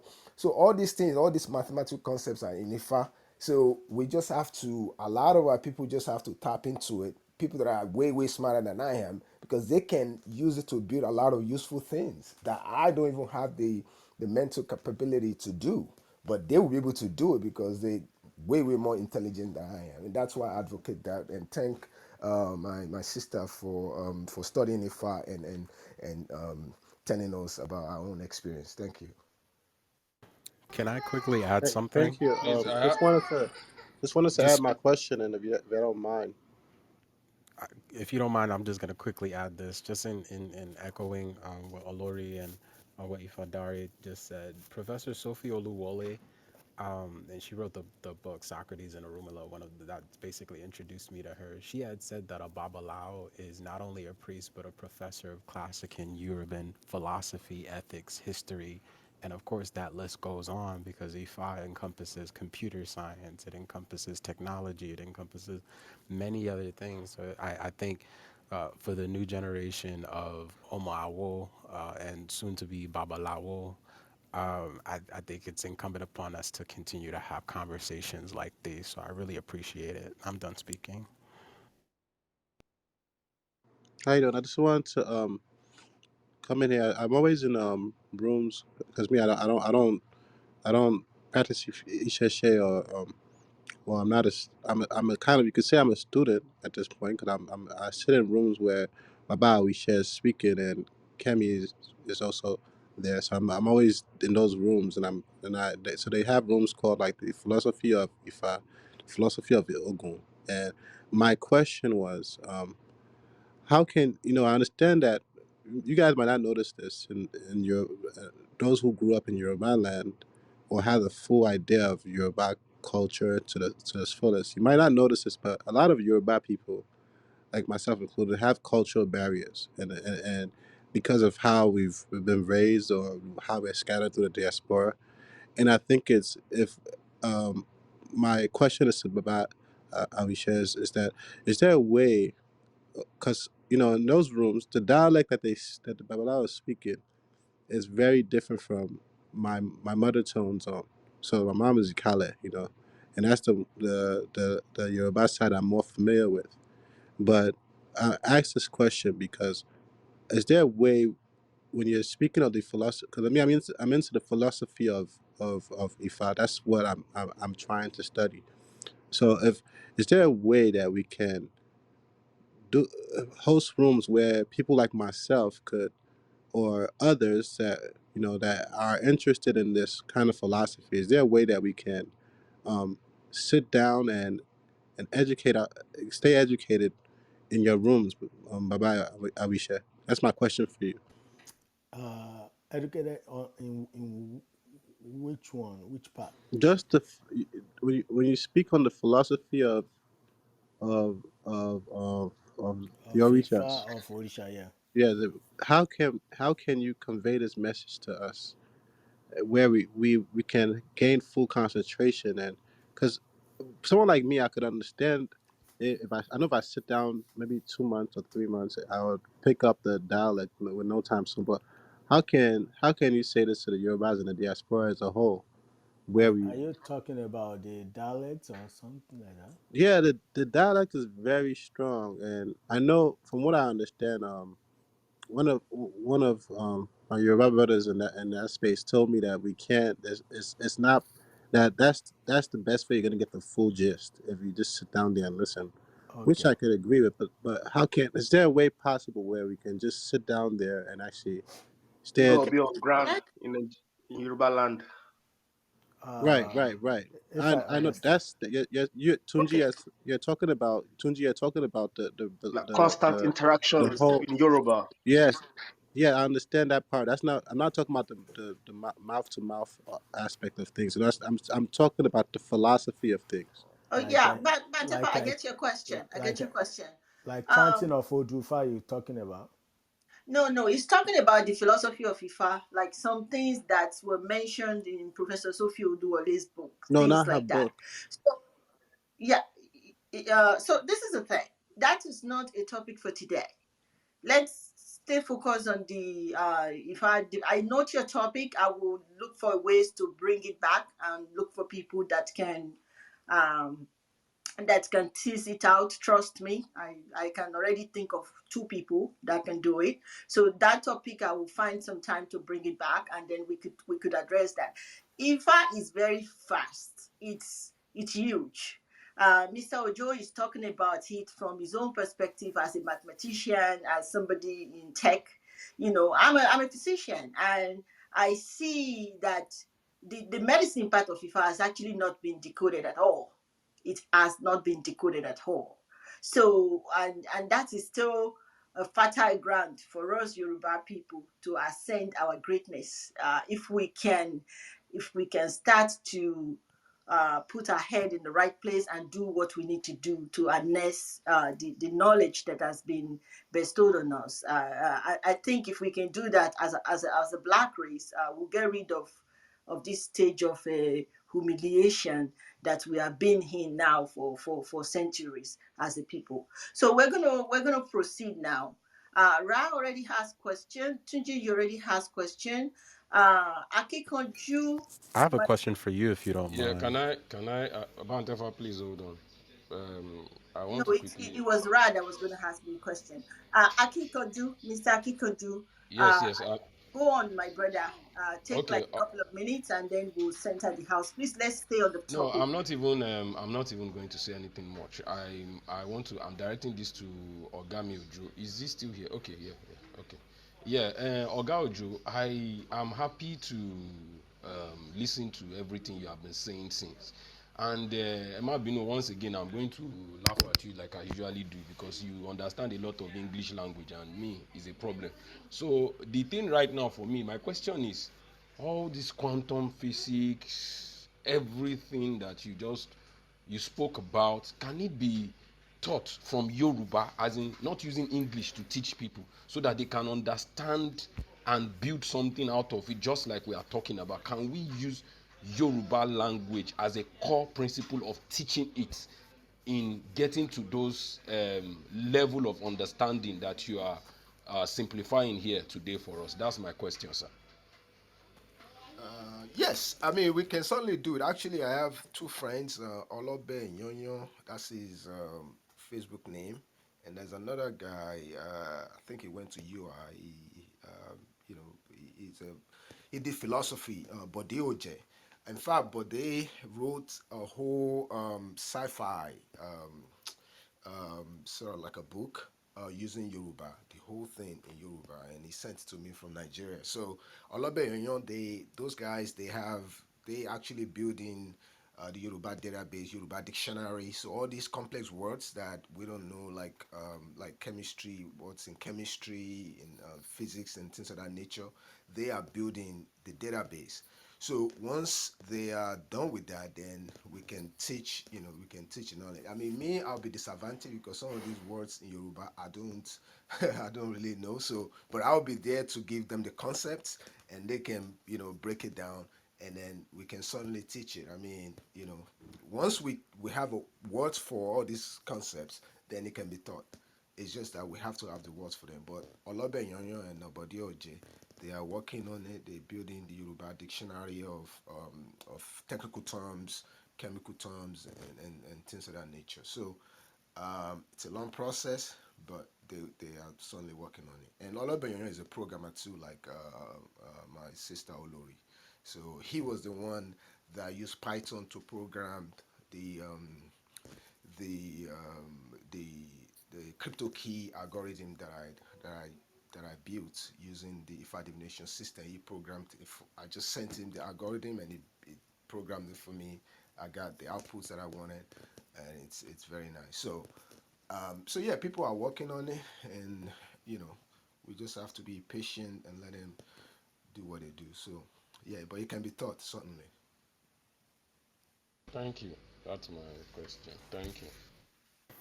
May I ask my question now? Sure. Yes. And this is for you, Yeah. doctor. Okay, go on.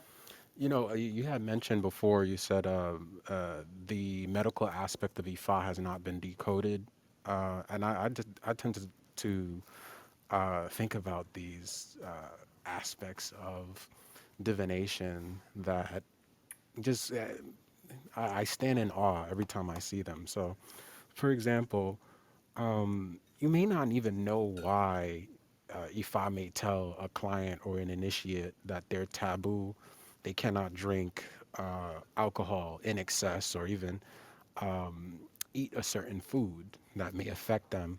But Ifa is just saying this and delivering this message. But on a medical note, I tend to notice, like I have a god brother who is Omo Obatala. And of course, there's a story associated with Obatala when it came to drinking, and that it kind of disrupted his plans to create the human body because in a quote unquote perfect way because of his excessive drinking. Now, the liver. I have a friend, the friend like that I mentioned. Um, his he has like liver issues, and this is something that was diagnosed and through his primary care physician and everything, and it turns out he's in Omo Batala. And of course, this is just one example, but I tend to think that, thinking of like an Omo Ogun or someone who has the resonance of Ogun, they have to be mindful of heart or high blood pressure or something like that. So these are particular trends that I would put to you. It's not really a question. I just wanted to make that comment so you can like use your background to open up the medical dialogue around the Ifa tradition, especially in Yoruba land. Because I think these trends I tend to notice, like I'm like, oh wow, so you can't eat that for a year. There might be something that might pop up once you get your checkup with your doctor, with your regular checkup, and it's like, okay, Ifa had told me not to do this. And of course, Ifa told you not to do this because this was foreseen. Of course, the Babala would not be able to completely explain, well, there's something with your liver here that it says in this sign. It's just Ifa. This Odu is explaining that your taboo for this particular period of this sign, or whether it's for your life, is not for you to consume this particular thing, right? So, and the doctor would confirm on a medical level. One thing is the science of Ifa is the science of confirmation. We've already established that deterministic chaos, the the the the the determinator is the divinities, and of course we live in this chaos, and they give us um, detailed information, which is not all the information of the universe, but it's this information that gets to the point of the matter. And the point of the matter for this client is that they cannot consume this thing. And of course, they tend to realize later down the line when they talk to their doctor, is that it's that thing that they do not consume by their faith and being mindful of their taboos, that eventually represents itself as the thing that can cause them a lot of health issues, as recognized by their own physician. So I just put that to you, and I hope and I look forward to speaking with you in the future to see where that goes down the line as we attempt to decode the medical aspect. And of course, someone has said before, it's the Ifa is the science of nature. Ifa is the science of understanding nature, and even as we cast divination, we're sitting on the mat. We are grounded, right? We are tapping into that particular force. But there's so much that comes out of Odu Ifa. There's so much information, scientific information, and I would look forward to seeing this conversation expand more. But yeah, I was wondering what you thought about that. Those are just little posits, examples. But yeah, I'm done speaking. Yeah, yeah, absolutely. Yeah, thanks. Thanks for the observation. The thing is this. You first have to learn something. It's like medicine or math or any of the advanced sciences.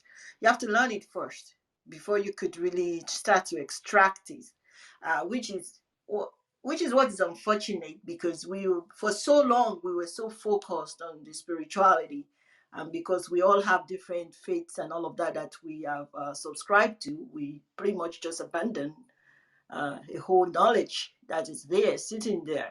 Let me give you an example, because and it's still something that there is some aspect of FIFA that's definitely, I don't want to use the word esoteric. I think it's just beyond decoding. But I strongly believe that there is a lot of it that could be transitioned into the physical, and we can start using those sciences for ourselves. Because once you understood something, it's no longer witchcraft or anything. It becomes science. That's what it is. When we don't know it, that's when it's witchcraft. That's when you shouldn't touch it. That's when it's a taboo. There is a particular story that I learned recently about Yemoja and the Yemoja daughter. Yemoja had a daughter that she had a deformed breast, and I think it uh, was it Yemoja? I think it was Yemoja herself. That's how Yemoja came to be. Yemoja, Yeah, a it's mother. Yemoja.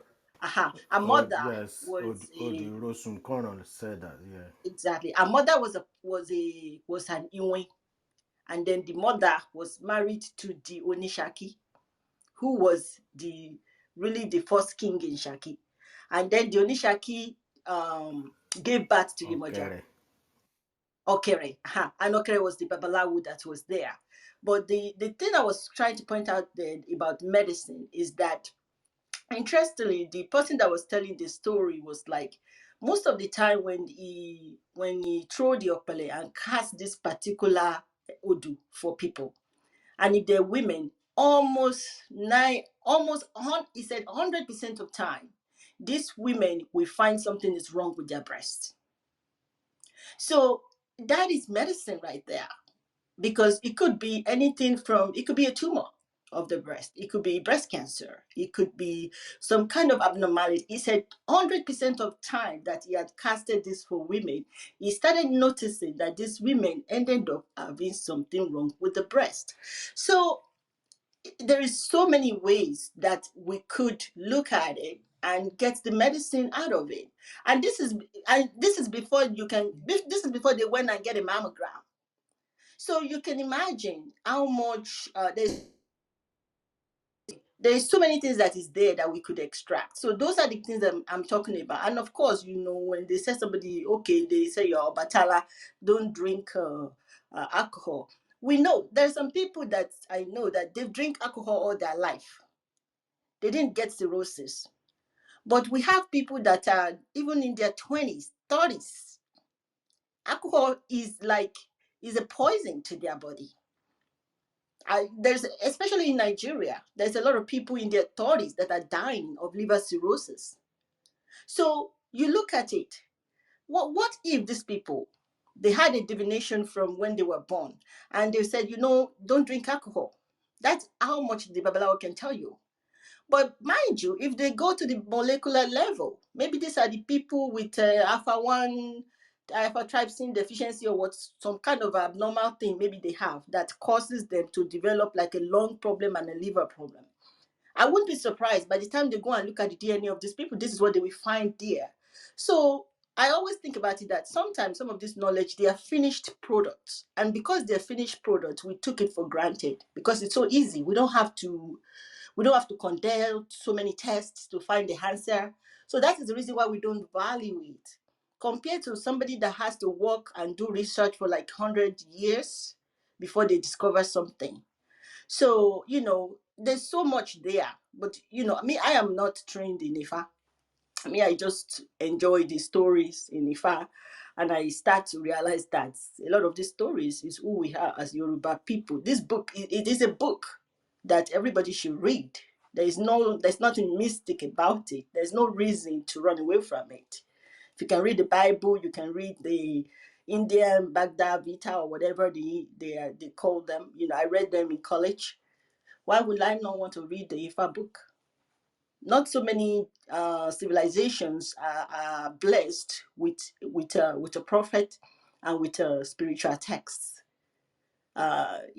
We are very unique among the black race to have had that, and so far so good. All the civilizations that had a prophet and had a book, they've really done well. So which means that we have that potential too as a people, and to bring it home to the sole purpose of our club, which is to think Yoruba first. This is why we're telling people to think Yoruba first, irrespective of your religion or whatever. There is that powerful thing inside of you that is called Yoruba. You should let it be the first thing, and you should identify with it. Mr. Tunji, you're blinking. I'll let you go for 2 minutes. I think we should be rounding up now, though. Thank you. Mi ò I'm not tí ì going to take too sọ̀rọ̀ long. ìyá, mo kàn answer question Okay, lẹ́ẹ̀kan Baba. ni o. Tí Mr. Tunji bá ti sọ̀rọ̀ tán, then I will give Baba Wishe 5 minutes to give us his contributions as well. Okay, thank you.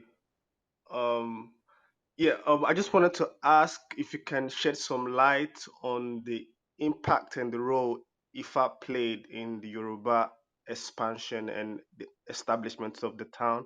Because I heard about the Awori coming down from Oshun to Lagos, and they have to check up Bele, so to speak, before they came down, and it's recommended where Awomari being Kobe, and the establishment of Ibadan as well. I think they kind of consulted Ifa also, and during the um conversation we had about the Muslim saving the Yoruba um from the Hausa Fulani, there was the is it Chief Brahma from Ilorin, like he probably also consulted that kind of to go towards that direction of where they ended up. So I just want if over such occurrence, if you can shed some light on it, like where if Okay, I've been consulted. okay. So those topics, those two, they are fantastic questions. Unfortunately, they don't relate to the topic of the room, and I don't want us to distract. I love the idea. In fact, you just created the whole topic for me now, for me to build a room on, and then we can come and talk about it. I think you're talking about how they use IFA definition system to found cities and towns. That's correct. Um, Yeah. and also you wanted to know if Brima conducted some IFA before he head in the direction that he went to. I would think intuitively that it was done. But the whole topic of the founding of Yoruba land based on Ifa, that itself is a huge topic, is a whole topic that I will bring back and bring the likes of Baba Wishe or even maybe Professor Wande to come and educate us on that. So let's put that in the back pocket. We won't answer that today. We'll come back to it, okay?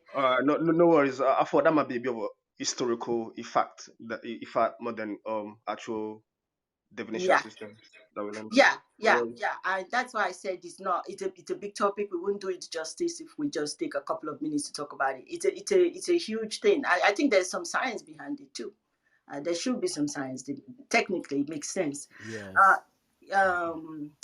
um, Baba Awishe, I will give you the last word. I will let Mr. Israel go. Mr. Israel, go for 2 minutes, and then we'll go to Baba Awishe. Baba Awishe, we have 5 minutes, and I think we'll bring the room to a close, if that's okay with Mr. Ojo. Yeah, Ẹ that's okay. káalẹ́ o, mo ti ń gbọ́ gbogbo bí a ṣe ń sọ̀rọ̀ látàárọ̀. Ọ̀dọ̀ èmi náà gbádùn òyìnbó yẹn, mo kàn decide pé mi ò fẹ́ sọ òyìnbó ni. Ó dẹ̀ nídìí. Mo gbọ́ submission èèyàn kan tó jẹ́ kínú mi dùn. I think he has been able to solve one of the the the things I've been pondering on, the issue of issue. You understand? Because Clubhouse really it helped me gan.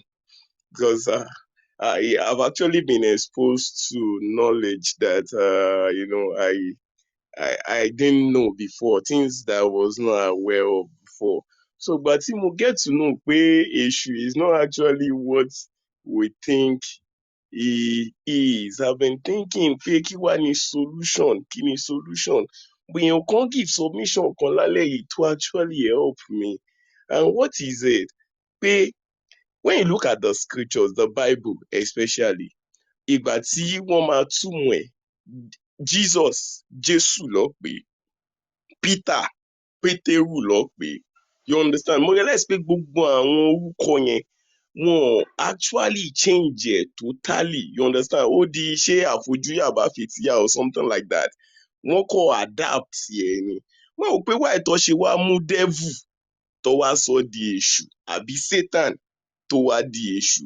That you understand pé ó yẹ kí wọ́n modify orúkọ yẹn náà ni. You understand? Ètò fi change ẹ̀ totally to an existing deity. They should do tó ṣe fún Jésù because Jésù too was not changed totally. Jesus ló di Jésù. So I was thinking pé èṣù yẹn, ètò fi lo èṣù, it would have been better if they would have used something like bóyá they feel fún devil or you understand, or better still we should encourage people that instead of calling that particular thing tó ń sọ nínú bíbélì ní èṣù, bóyá kó kú máa pè ní sátánì because I think that one too is better. You understand? Because Satan, sátánì ó jọra wọn gan, so that èṣù yẹn, èṣù, the people will actually understand that the issue is different from the devil that is recorded in the scripture, or better, and is different from the Satan that is recorded in the scripture. So that èèyàn kankan kò lè ṣẹlẹ̀ kó sọ pé èṣù ló ń ṣe òun. You understand? Àbí kinní kan á sọ pé èṣù padà lẹ́yìn mi. You understand? If that's what I just feel, when I had the submission of someone, I just feel like wow. Then I think that's what would have. Let's substitute Satani for that issue and let's educate people that issue is different from the Satan recorded in the Bible. Thank you. Okay, okay, thank you very much. Baba Wishe, please, you can go on, sir, for 5 minutes. Let's talk to us about your take on the topic of the room mo today. kàn mo kàn mo kàn fẹ́ kí yín náà ni. Mo kàn fẹ́ kí yín dáadáa yí pé ẹ kú iṣẹ́ ẹ̀dẹ̀ kú iṣẹ́ ọpọlọ. Mr. Ojo àti gbogbo àwọn tó tún ti sọ̀rọ̀ náà, mo kí yín o. Ìyá wa obìnrin àkọ́ṣe ẹ kú iṣẹ́. Ra, great you. I will just say one, two things. And because when I was listening to Mr. I forgot his name. I thought he left. Is he here? The speaker. Mo ṣì wá ń bì, I'm here. Okay. Oh, yes. Okay.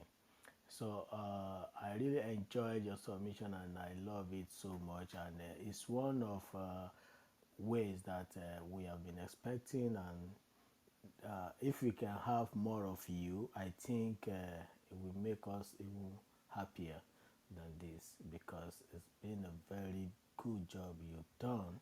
I just want to add to it, to what you have said. I'm not a scientist. I don't even know much about science. I think it's my little daughter trying sometimes to tell me this is what this is because she's just sciences. So, but what I want to say is that when we're talking about IFA, IFA is actually to us in Yoruba land the message of Olodumare, even though it is to Yoruba people, is for the whole mankind in the world, and that is what Ifa is. Call it spiritual side. I don't know which side I want to put it, but what I know for sure is that Ifa is the message that Olodumare sent to us through the Odufa, exactly the way you have explained them. I don't want to go there anymore. You have explained all those. So meanwhile now, Orumila is not Ifa, even though used interchangeably sometimes, and Ifa is not Orumila. Ifa is being given to Orunmila to pass to mankind. And Orunmila, as Ifa, as one of the Odufa said in Ejiobe, which I'm not going to chant because of our time, let us know that Orunmila is being given the chance and opportunity to know what Olodumare is passing by to us, speaking to us. And that is why we that we are, custodian of the Ifa, like Orumila of today, Babalawo, with the one that passing the message of Ifa. But message of Ifa can also be heard through other Orisha too, like Obatala, like Oshun. You don't have to throw Okbele or Iki before you have Ifa.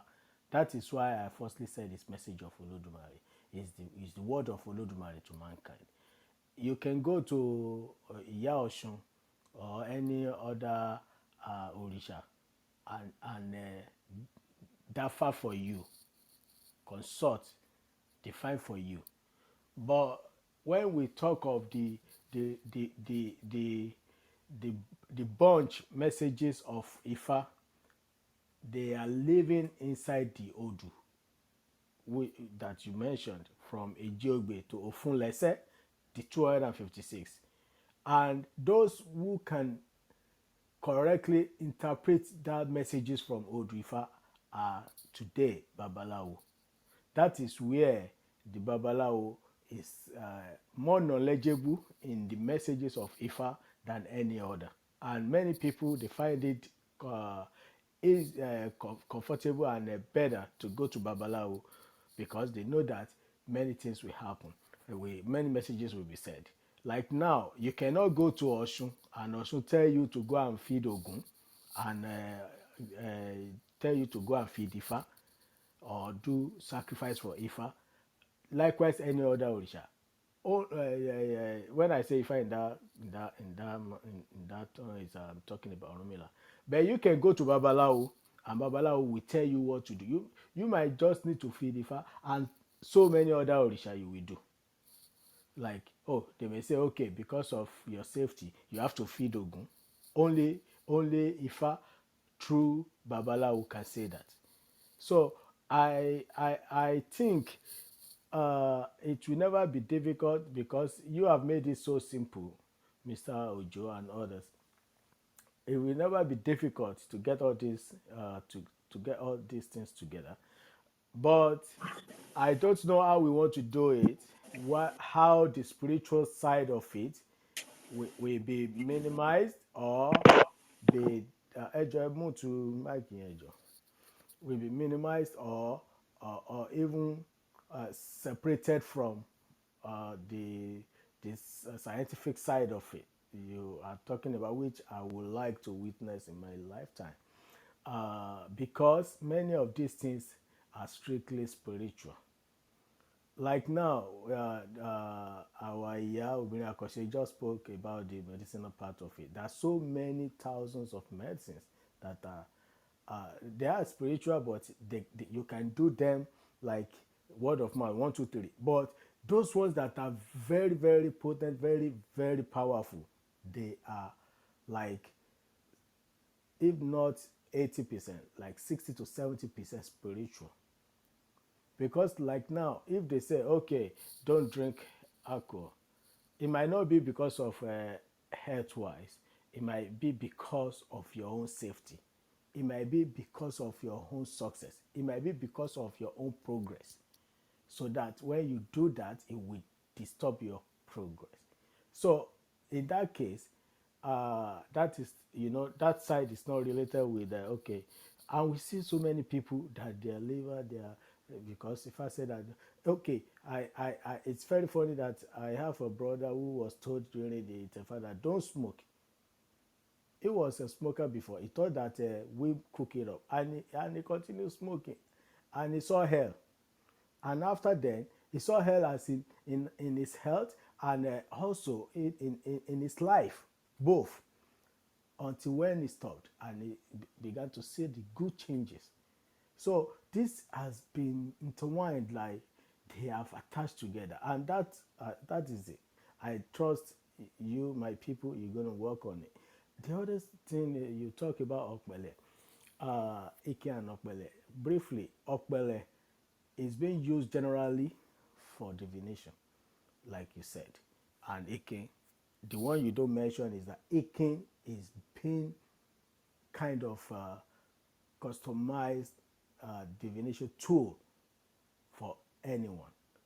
Akin is not, you can't go to Babalawo now and say, oh, I will use Akin for you. If you request for Akin, it will advise you to have your own. So many times you see that we're using Ifa to do the divination. It actually belongs to that person or the family. So it's like it is directly for you only and your family.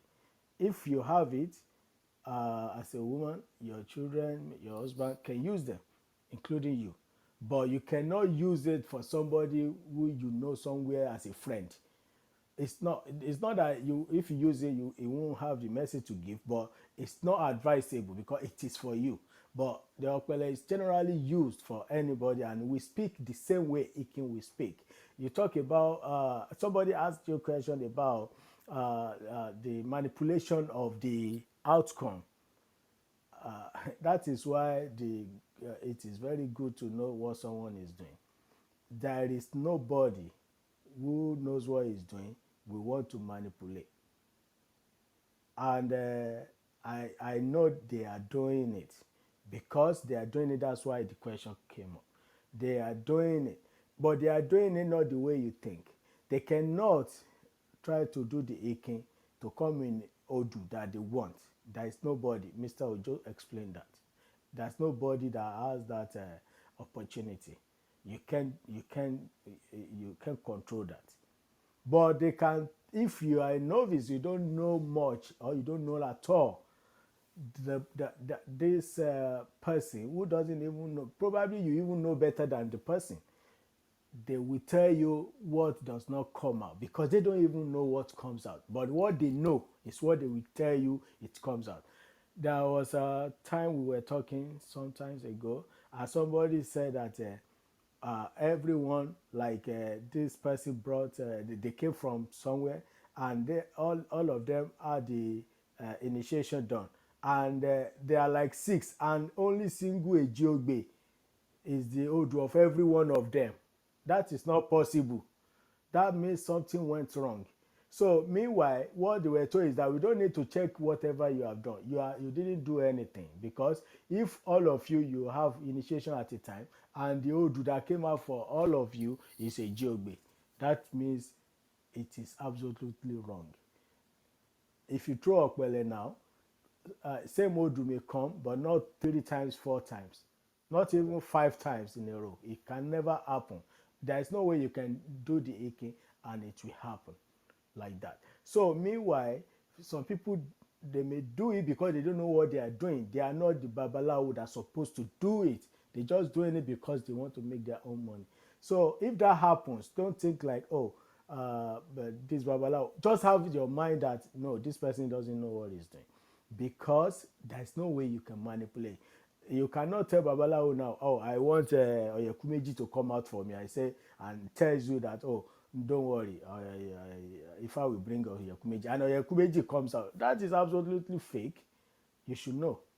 So, because even when we are doing the divination, we don't even know what Ifa will tell you to do. So, there is no way to charge you ahead of the initiation. Even if you are charged, you may be overcharged or even undercharged.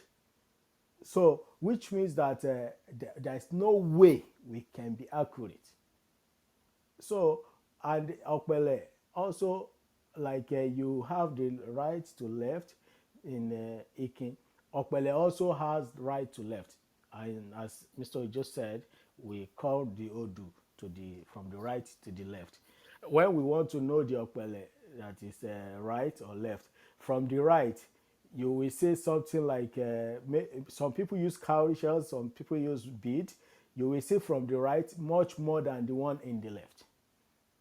You might have 8 cowrie shells at the down, bottom of the okpele at the right, and it has 6 or 5. It doesn't mean how many. It doesn't mean. That means, so if you go to anybody, that is even another test.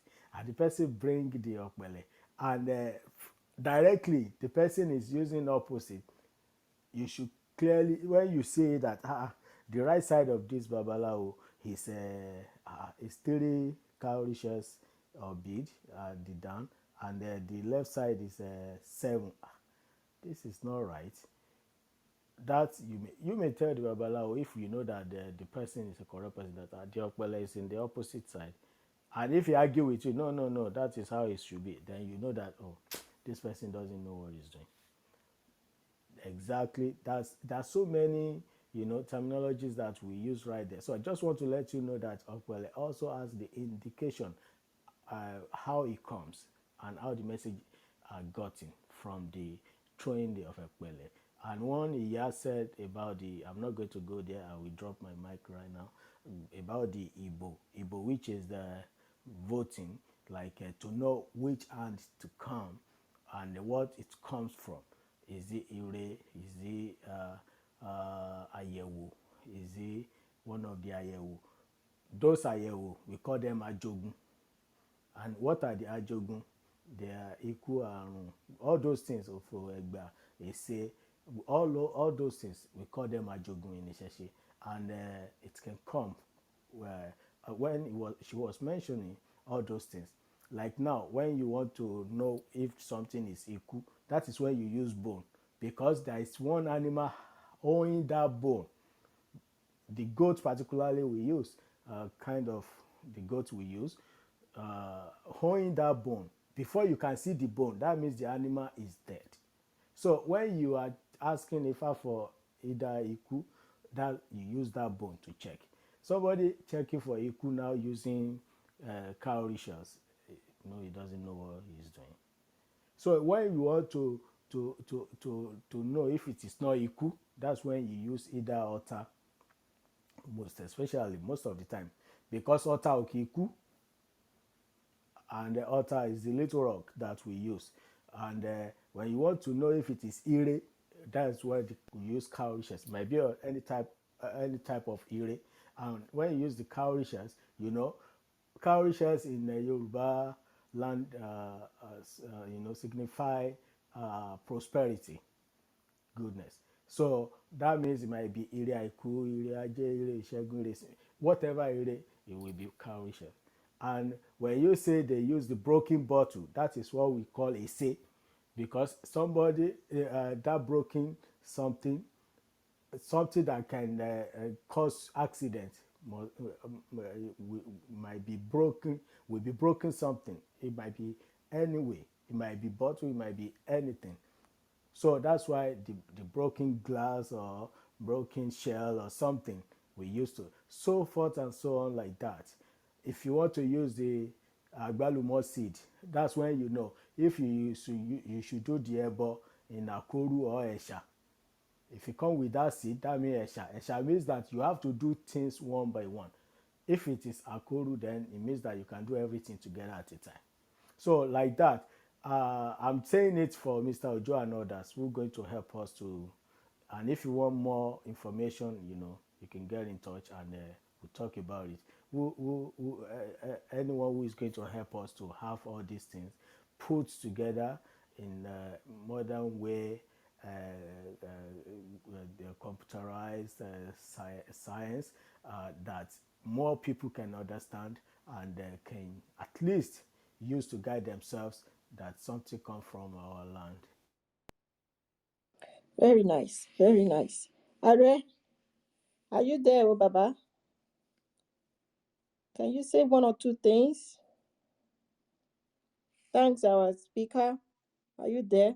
I think I was. Aboduboye, Okay. Baba Awishe, Ogbó mo kí àtẹ yín o, o, ẹ pẹ̀lẹ́ o, mo kí ààrẹ, yín, ẹ pẹ̀lẹ́. ẹ mà kú ọjọ́ mẹ́ta, ẹ̀ẹ́dẹ̀bìrì wa. Ẹ máa kú Ẹ̀yin tẹ́ ẹ rán ọmọ lájò tẹ́ ẹ wá padà lẹ́yìn ọmọ, ṣó yẹ kó rí bẹ́ẹ̀. Ẹ kú iṣẹ́. sí, ó ti yé mi, màá kàn sí ní mo ti gbọ́, mo ti gbọ́. Ẹ ṣé. Um, Mr. Ojo, my friend Ifadari, thank you, Yes, sir. you're welcome. It's been a wonderful lecture. May Olodumare continue to be with you. I greet all the moderators, all the admins of Think Yoruba First, all the members of Think Yoruba First. I greet you all in the name of Olodumare, the supreme being who created Ile-Ife, the cradle of civilization, the supreme being who created all the civilizations of the world and both the living and non-living things in the cosmos and most especially on planet Earth. Um, there is nothing to say, there is nothing to add. The Yoruba people are a civilization state. I have said this over and over again. We have what it takes to be able to compete with any civilization in the world. The Yorubas have what it takes to be a superpower. What the colonialists did, balkanizing our homeland and creating another identity for us, it's a way to totally destroy us so that we can never be able to compete with them. Many people never knew until Mr. Ifadari was talking about it today that the Chinese people have their own version of Ifa. They call it the Qing definition system, which is also a form of cleomancy to do a kind of divination system. And the Ifa divination is superior to the Qing divination system. And if you go and read the Qing divination system, it was the principle, it was the guiding principle that guided the likes of Confucius, where you have guided ideal religious philosophy like Confucius and Taoism. So if you look at that basis, that means the Yoruba civilization is superior to the Chinese civilization that is now conquering us. Yet, many Yorubas do not know who they are. They have lost the essence of the greatness that their forefathers bequeathed on them. Ọmọ aláàrú, ọmọ alápàtà, ó wá ń jẹgun ẹran. How long are we going to continue to do this? There is a particular quantum physicist, a theoretical physicist who was one of the contemporaries of Albert Einstein. His name was Neil Bohr.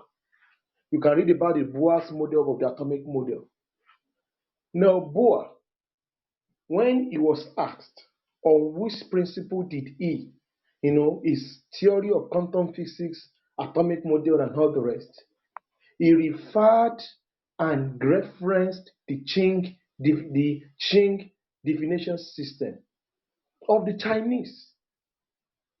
And the Ifa divination system is more complete, more flexible, more expansive, more accommodative, and more advanced and more complex than the Chinese one.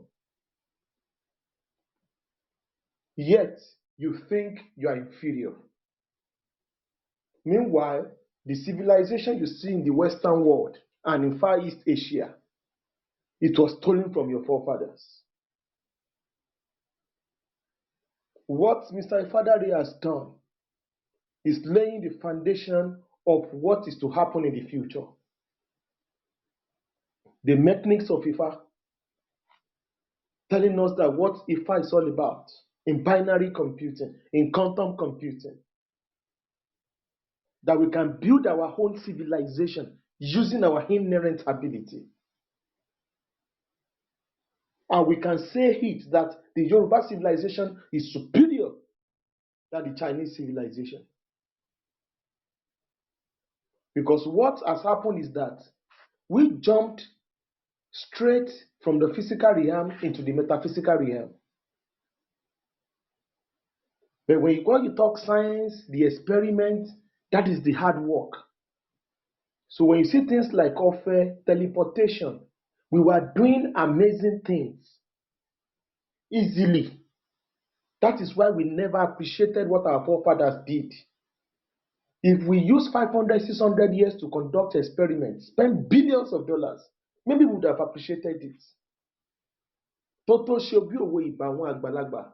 That is why the Yoruba people said, owó, oògùn tá a bá fi owó ṣe, ẹyin aró ló ń gbé. Ifa was given to us free of charge by Almighty. We never appreciated it. While other people, you saw people from America, all over the world, coming to learn from the Ifa philosophy, the embodiment of Yoruba wisdom, of universal wisdom. But you are in the audience. You've been brainwashed to despise the basis on which the modern computer was built. Binary computing is the basis on which Clubhouse was built. This same Clubhouse. App, programming. Your forefathers gave what to do to compete with the world. And when we say you should think Yoruba first, the greatness of the Yoruba civilization is meant for Yorubas alone. The greatness of the Jews is meant for the Jews alone. Nobody should share your glory. It is meant for your people alone. It is not selfishness. It is called self-preservation. That's the difference between us and the West. That is what the Asian countries understand. The Chinese understand this. The Japanese understand this. Everything the Japanese people, the Vietnamese people, the Thai people from Thailand, the Burmese people from Burma, almost everything they achieved, the people from Cambodia, almost 10 countries in that Asia, Korea, they stole it from China. Also the rest of the world. And go and look at the Zhou dynasty, which gave rise to the Han dynasty. That is the fundamental on which the current Chinese civilization was built. They were using the Qing divination system, which is inferior to the Ifa divination system. That was the basis on which they built their civilization. When some of us speak boldly, arrogantly, without any apologies, about the greatness of the Yoruba civilization, we know what we are talking about. That we are 2,000 years, we are close to 500 years behind schedule. We are 100 years behind schedule into our greatness. We are late comers to the party, but it's not too late to get it right. When you hear Ifa, you are talking about physics, quantum physics, medicine, philosophy, astronomy, geometry, geomancy, quantum chemistry. It's the totality of human wisdom. Thank you so much once again, Mr. Ojo. May Olodumare continue to increase and expand your knowledge. I greet everybody once again. I'll hand over back to the moderator.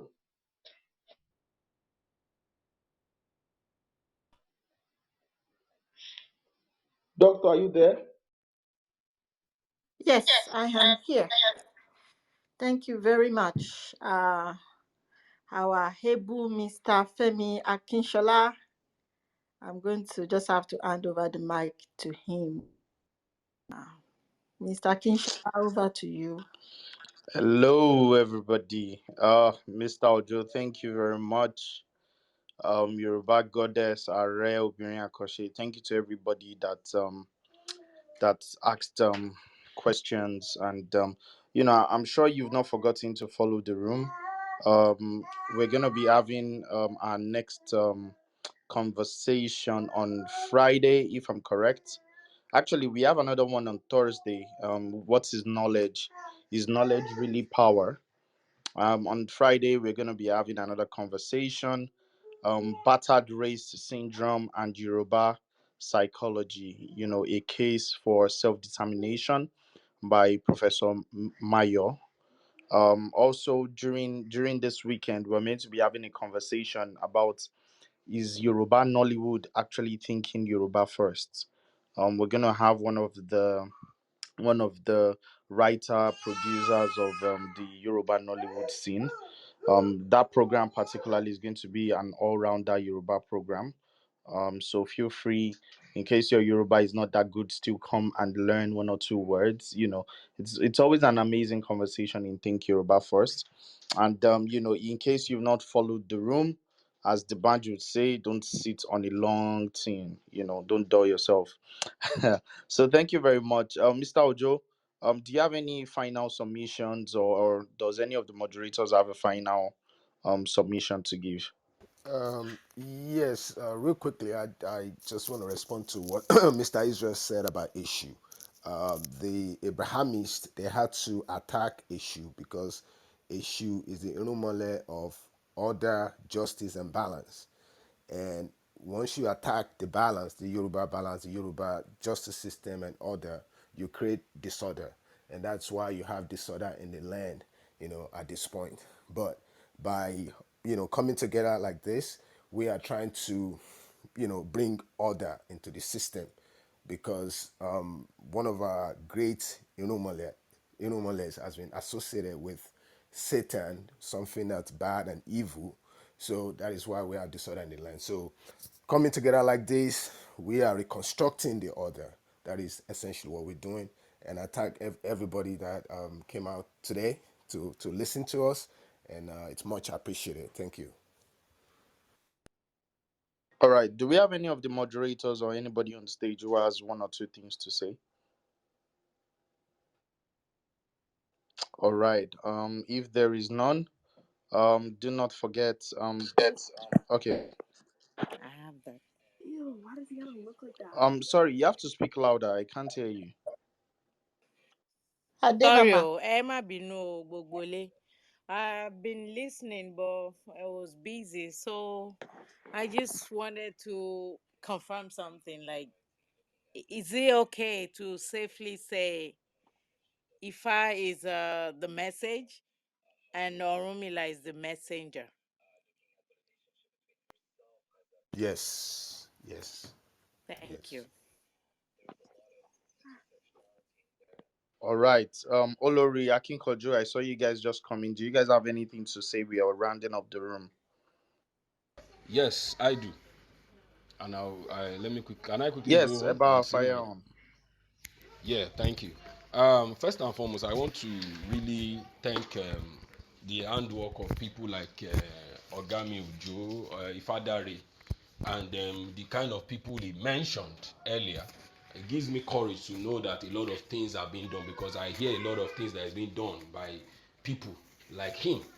So I really thank you, and may Olodumare continue to bless you with more wisdom to be able to decipher and bring out these things. So this is my major end to what I want to say, and this is what I'm preaching, and this is what I say every time, because I keep hearing it. One, it's now looking as if it's theory, it's like folklore, because everybody now will come and say, if I folklore, lokuno, mythology, blah blah blah, and blah blah blah. But here is somebody actually demystifying a lot of things out of this thing: mathematics, calculation, quantum physics, everything that you just mentioned now. torí orí mi gan tiẹ̀ ti lẹ́díkì mo ti ń gbọ́ ogun kan tẹ́ ń sọ yìí already. So èmi ò kàwé débẹ̀, but I'm saying to people that if the basis of our life is built on this rich data that is available to us, a civilization is lost, and that civilization can be rebuilt based on this. This is just a glimpse of that knowledge. There's a lot of things. Títí kan abidi ohun tí à ń lò tá a fi ń sọ̀rọ̀, communication, everything is right there in that Ifa corpus. So the encouragement I'm expecting many people to take from this is to pick and be able to use this to accomplish the same thing that the people that came to take, or the people you're accusing of stealing, have used to build their own society. Let's come back home, let's use this and rebuild our society, and it could be better. And lastly, I had a rumor. I want to use the language rumor. Àbí àbòsí ni pé we can use Ifa to build artificial intelligent infrastructures, softwares, and all those things. Maybe Oga Ojo can just throw a little bit light on that before you round up. Allegedly, So allegedly. that's allegedly. Who said allegedly? I'm just saying maybe allegedly will be a more correct times instead of rumor. Yeah, ẹ Okay, má okay, tiẹ̀ jẹ́ okay, ká okay. bẹ́ ẹ má tiẹ̀ jẹ́ ká Allegedly. bẹ́ ẹ má jẹ́ ká bẹ́. Okay, so Oga Ojo, if you are still there, you can help me just answer the question briefly. You don't need to explain. I just want to know if it's a yes or no thing. You get what I'm Yes, saying? So thank you. yes, you can. I mean, not we're not if by artificial intelligence you mean like machine learning, yes, which is because every machine learning language, the elements there have to be trained, and when you training the elements, right, you are doing so based on historical data. And I've said it before, IFA is epistemological. It has historical data. That is the whole essence of IFA. So certainly you can use IFA in the construction of machine learning language because it has that capability. Yes. Let me say, what is Shigidi? What do you send Shigidi to do? Is that not robot in a way? You know? Wow, this is a very interesting room today. I really enjoyed the lecture. Thank you, Mr. IfaDare. I like the fact that it really just demystifies IFA. And to me, it's up to you, the listeners. If you don't have an open mind, you you miss out in life. That's just the truth of the matter. Um, you know, I used to. I think just the way we're talking that if you think about it very well, and we have a lecture coming up with Mr. Ojo about knowledge. The question is this: is it possible that if you maybe our ancestors they've perfected their understanding of Ifa that they don't even need to write because the code has all the message. Because at the end of the day, I could see us human beings evolve to the level that we don't even need to. Like now, nobody uses pen and pencils to write anymore. Now we type, right? For the most part. So we could get to a point that we will evolve to the point that all we just need are just these codes. And if that happens, you don't need to write. So we'll just think about it. The fact that Yoruba means of knowledge transmission is really encoded in the oral tradition, which some people think it's inferior. I beg, I beg to differ that it was not inferior. I think it's actually very, very advanced, and somehow we forget who we were as a people. I seconded you, man. Àjẹbí wọn ti Olo- kó wa lẹ́rú tipẹ́tipẹ́. Olori wants to say something, and I think we should bring the room to a close so that everybody can just go and offload their brain. My brain is full right now.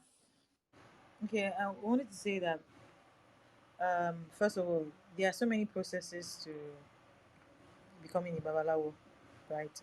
One thing I know is I ate I can't remember what they call it, but there's a name they call it. Like for you to learn the odus and know it in your mind, you have to eat something. It's not something complex actually, but so that retains your memory. You call it isoye. So I think babalawos go through this very tough, very complex processes whereby you because it's like you're invoking energies all the time. So they know how to invoke certain energies of how to retain their memory. And you have to understand that Babalawo are not just ordinary people. They're people who they're living on a higher form of consciousness. So they've surpassed the normal human capability. So it's not just about information, right? It's about transforming the consciousness of a human, which surpasses the intelligence. So when we talk about technology and all these things, it's just the intelligent part of a human that's active, not your realistic. I'll give an example. Part of you is active. But when you're doing babalawo, you are all round in terms of every part of you is being developed, every dimension of you is being developed. So the intellect of a man, you can tell the time by using mathematical calculations like 12 a.m., 2 p.m. But in reality, if you ask a bee, who knows when the sun is going to come out, and or you ask the animals, for instance, because they know the cycle of the sun, because most animals work with the sun in terms of sleep and all these things, how to get their foods and everything. They don't use math. What do they use? They use their senses. And we know that our body is sense, with neurons talking all the time, like science says. There's always communication, sparks. Even your brain, there's sparks going on. Your body is always communicating with each other. You have the melatonin that controls your sleep patterns and all these things. So the Babalawo doesn't need to look at the time to tell the time.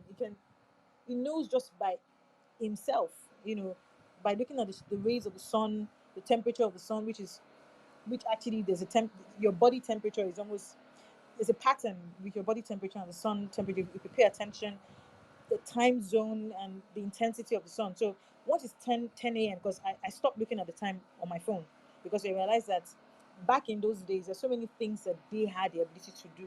They didn't have road maps, and now we have a road map. We're using a technology to remember something that we do naturally, as naturally in our own system. So they can know the streets without a technology. That's powerful.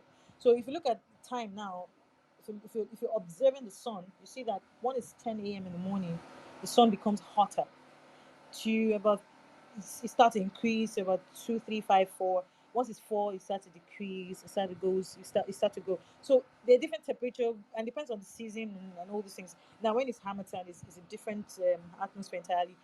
There are no clouds, So I'm just saying, like, they live in reality. They're not using tools like we're using technology, which is a good part. But I'm just saying that it's a different consciousness entirely. So the rules might not work there. They are embodying their knowledge with the experience and every other thing. I just wanted to add that to what you said. Thank you.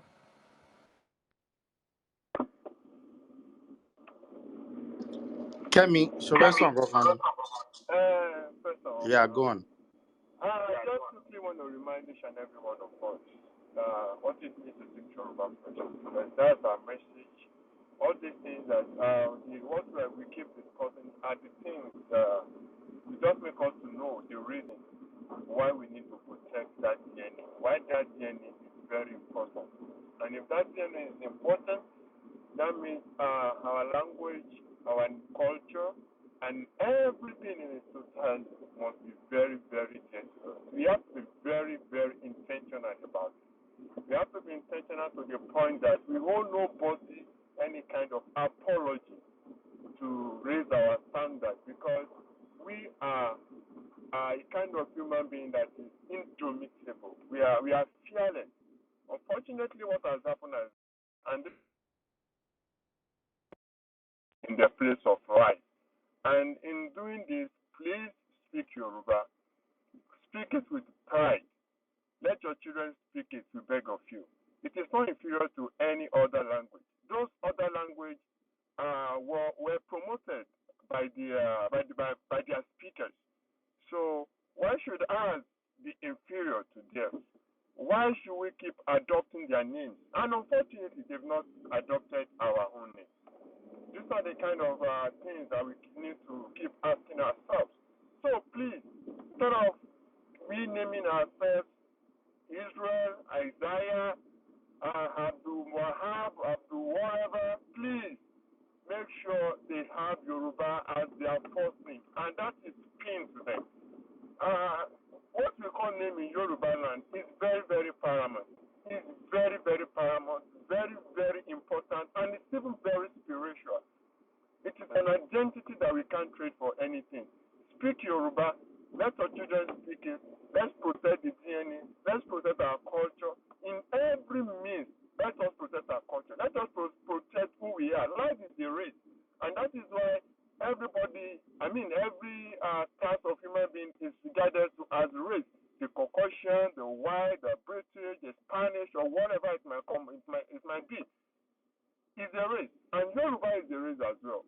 And one thing is even very unique about the Yoruba people. We are global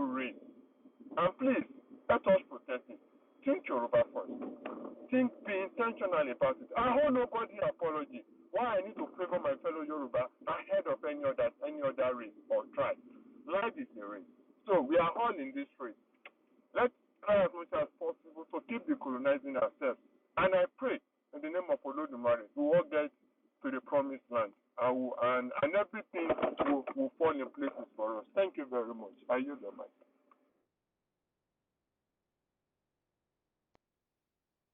Thank you very much. Let me, Do I have Obrien Akoshe, you wanted to say something? yeah, can I take 30 seconds? So, Mr. IfaDare is one of the members of Think Yoruba First, our platform here. He's also one of the member of the Yoruba National Fund. Is an organization that they had created a few years ago to, uh, you know, just create funds for Yoruba development and everything like that. So that's their website that I put up there. Look at it, peruse it. They are doing a lot of wonderful things. Support them if you are able to. Thank you. Um, Arakunrin Ojo, are you there so that maybe you'll be able to shed more light on TYNF? Just 30 seconds, the basis of why it was founded, and in case anybody has one or two questions, they can ask. Thank you. Sure. So, TYNF, the Yoruba National Fund, was created back in 2018. It's a 501c3 organization. People that live in the States understand that because when you make a donation, you want, at the end of the year, you want to be able to get some of that back when you file your tax return. So you get that tax benefit. Basically, it's created to promote Yoruba interest because we had seen what's to come in Yoruba land. This was even before there are a lot of Fula terrorists coming to Yoruba land, killing and raping and extorting our people. So we recognize that we will need some defense on the ground to be able to repel them. So we put the team together as four of us, and then we actually contribute our own money to the wallet, and then we also get external donations. And when you make donations to the Yoruba National Fund, you can restrict the fund and say, I want my fund to be used for this task in Yoruba land. And then it's very transparent. It's not, you're not sending money to my account. You are sending to a 501c3 account. If all of us said we don't want to do Yoruba National Fund anymore, we cannot even take the fund out. We have to roll it into some other organization because it's a pre-tax donation, so we can't touch it except if we use it for what it's intended for. So basically, it's designed to promote Yoruba interest. There are a lot of things that are connected to that. Some of the things I can't even say on the platform, but it's all for the benefit of Yoruba people, mostly in repelling the Fula Mohammedans that have been our historical enemies. We don't do anything to them, but they come into our region to rape our women, kill our babies, and also extort us, demanding ransom from poor Yoruba people. And not only Yoruba land, but all over Nigeria. But that's what we can do, to support our people on the ground. We donated when Igbo was on the ground, when they were doing their rallies. We were instrumental in that, donating money to them, buying some of the things that they were buying, like posters and Okada and things of that nature. So we are all into that. So basically, that's what it's for. It's just for the promotion of Yoruba interests and for the liberation of Yoruba people, for Yoruba self-determination. That is the goal, to take Yoruba land, out of the of the colonial plantation called Nigeria. So that, yeah, that's why it's set up. Okay, so it's mostly advocacy, education, just to clarify for people that are Yes. going to be recording us saying we are trying to do something. No, no, no, that's not No, what this is no, no, for. no, no. This is a So transparent organization. Go on their website. It's not a secret society.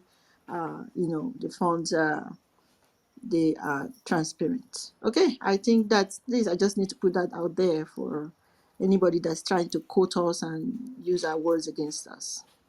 Yes, yes. So this is just for promoting Yoruba interest, outreach, education, and building facilities, clinics, and things of that nature. Watching out for Yoruba interests, Yoruba people that are now protected by the central government in Nigeria. So we are doing good works like that. All right.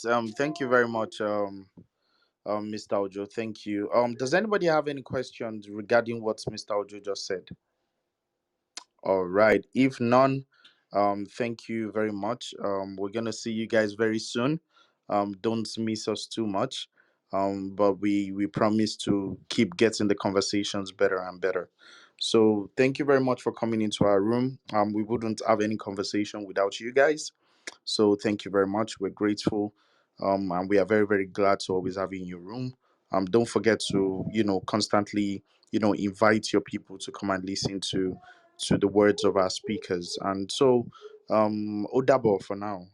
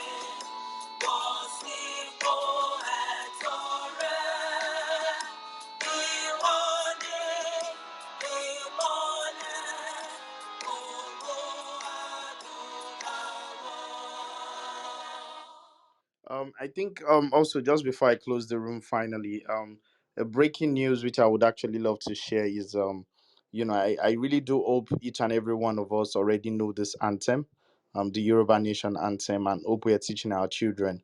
The IPOB, which is also in solidarity with what our Igbo brothers are feeling. They actually just said that they just released a communique that moving further, that the Nigerian anthem should not be sung in the southeastern region. So it's getting more interesting, but don't forget that as we go on with our daily lives, we should always think Yoruba first. When a brother, they say an injury to one is an injury to all. So if you see a Yoruba brother or a sister who is in need of help, you should help them. It's make decisions that are for self-preservation. So thank you very much. We'll be closing the room in one, two, three, oh, double.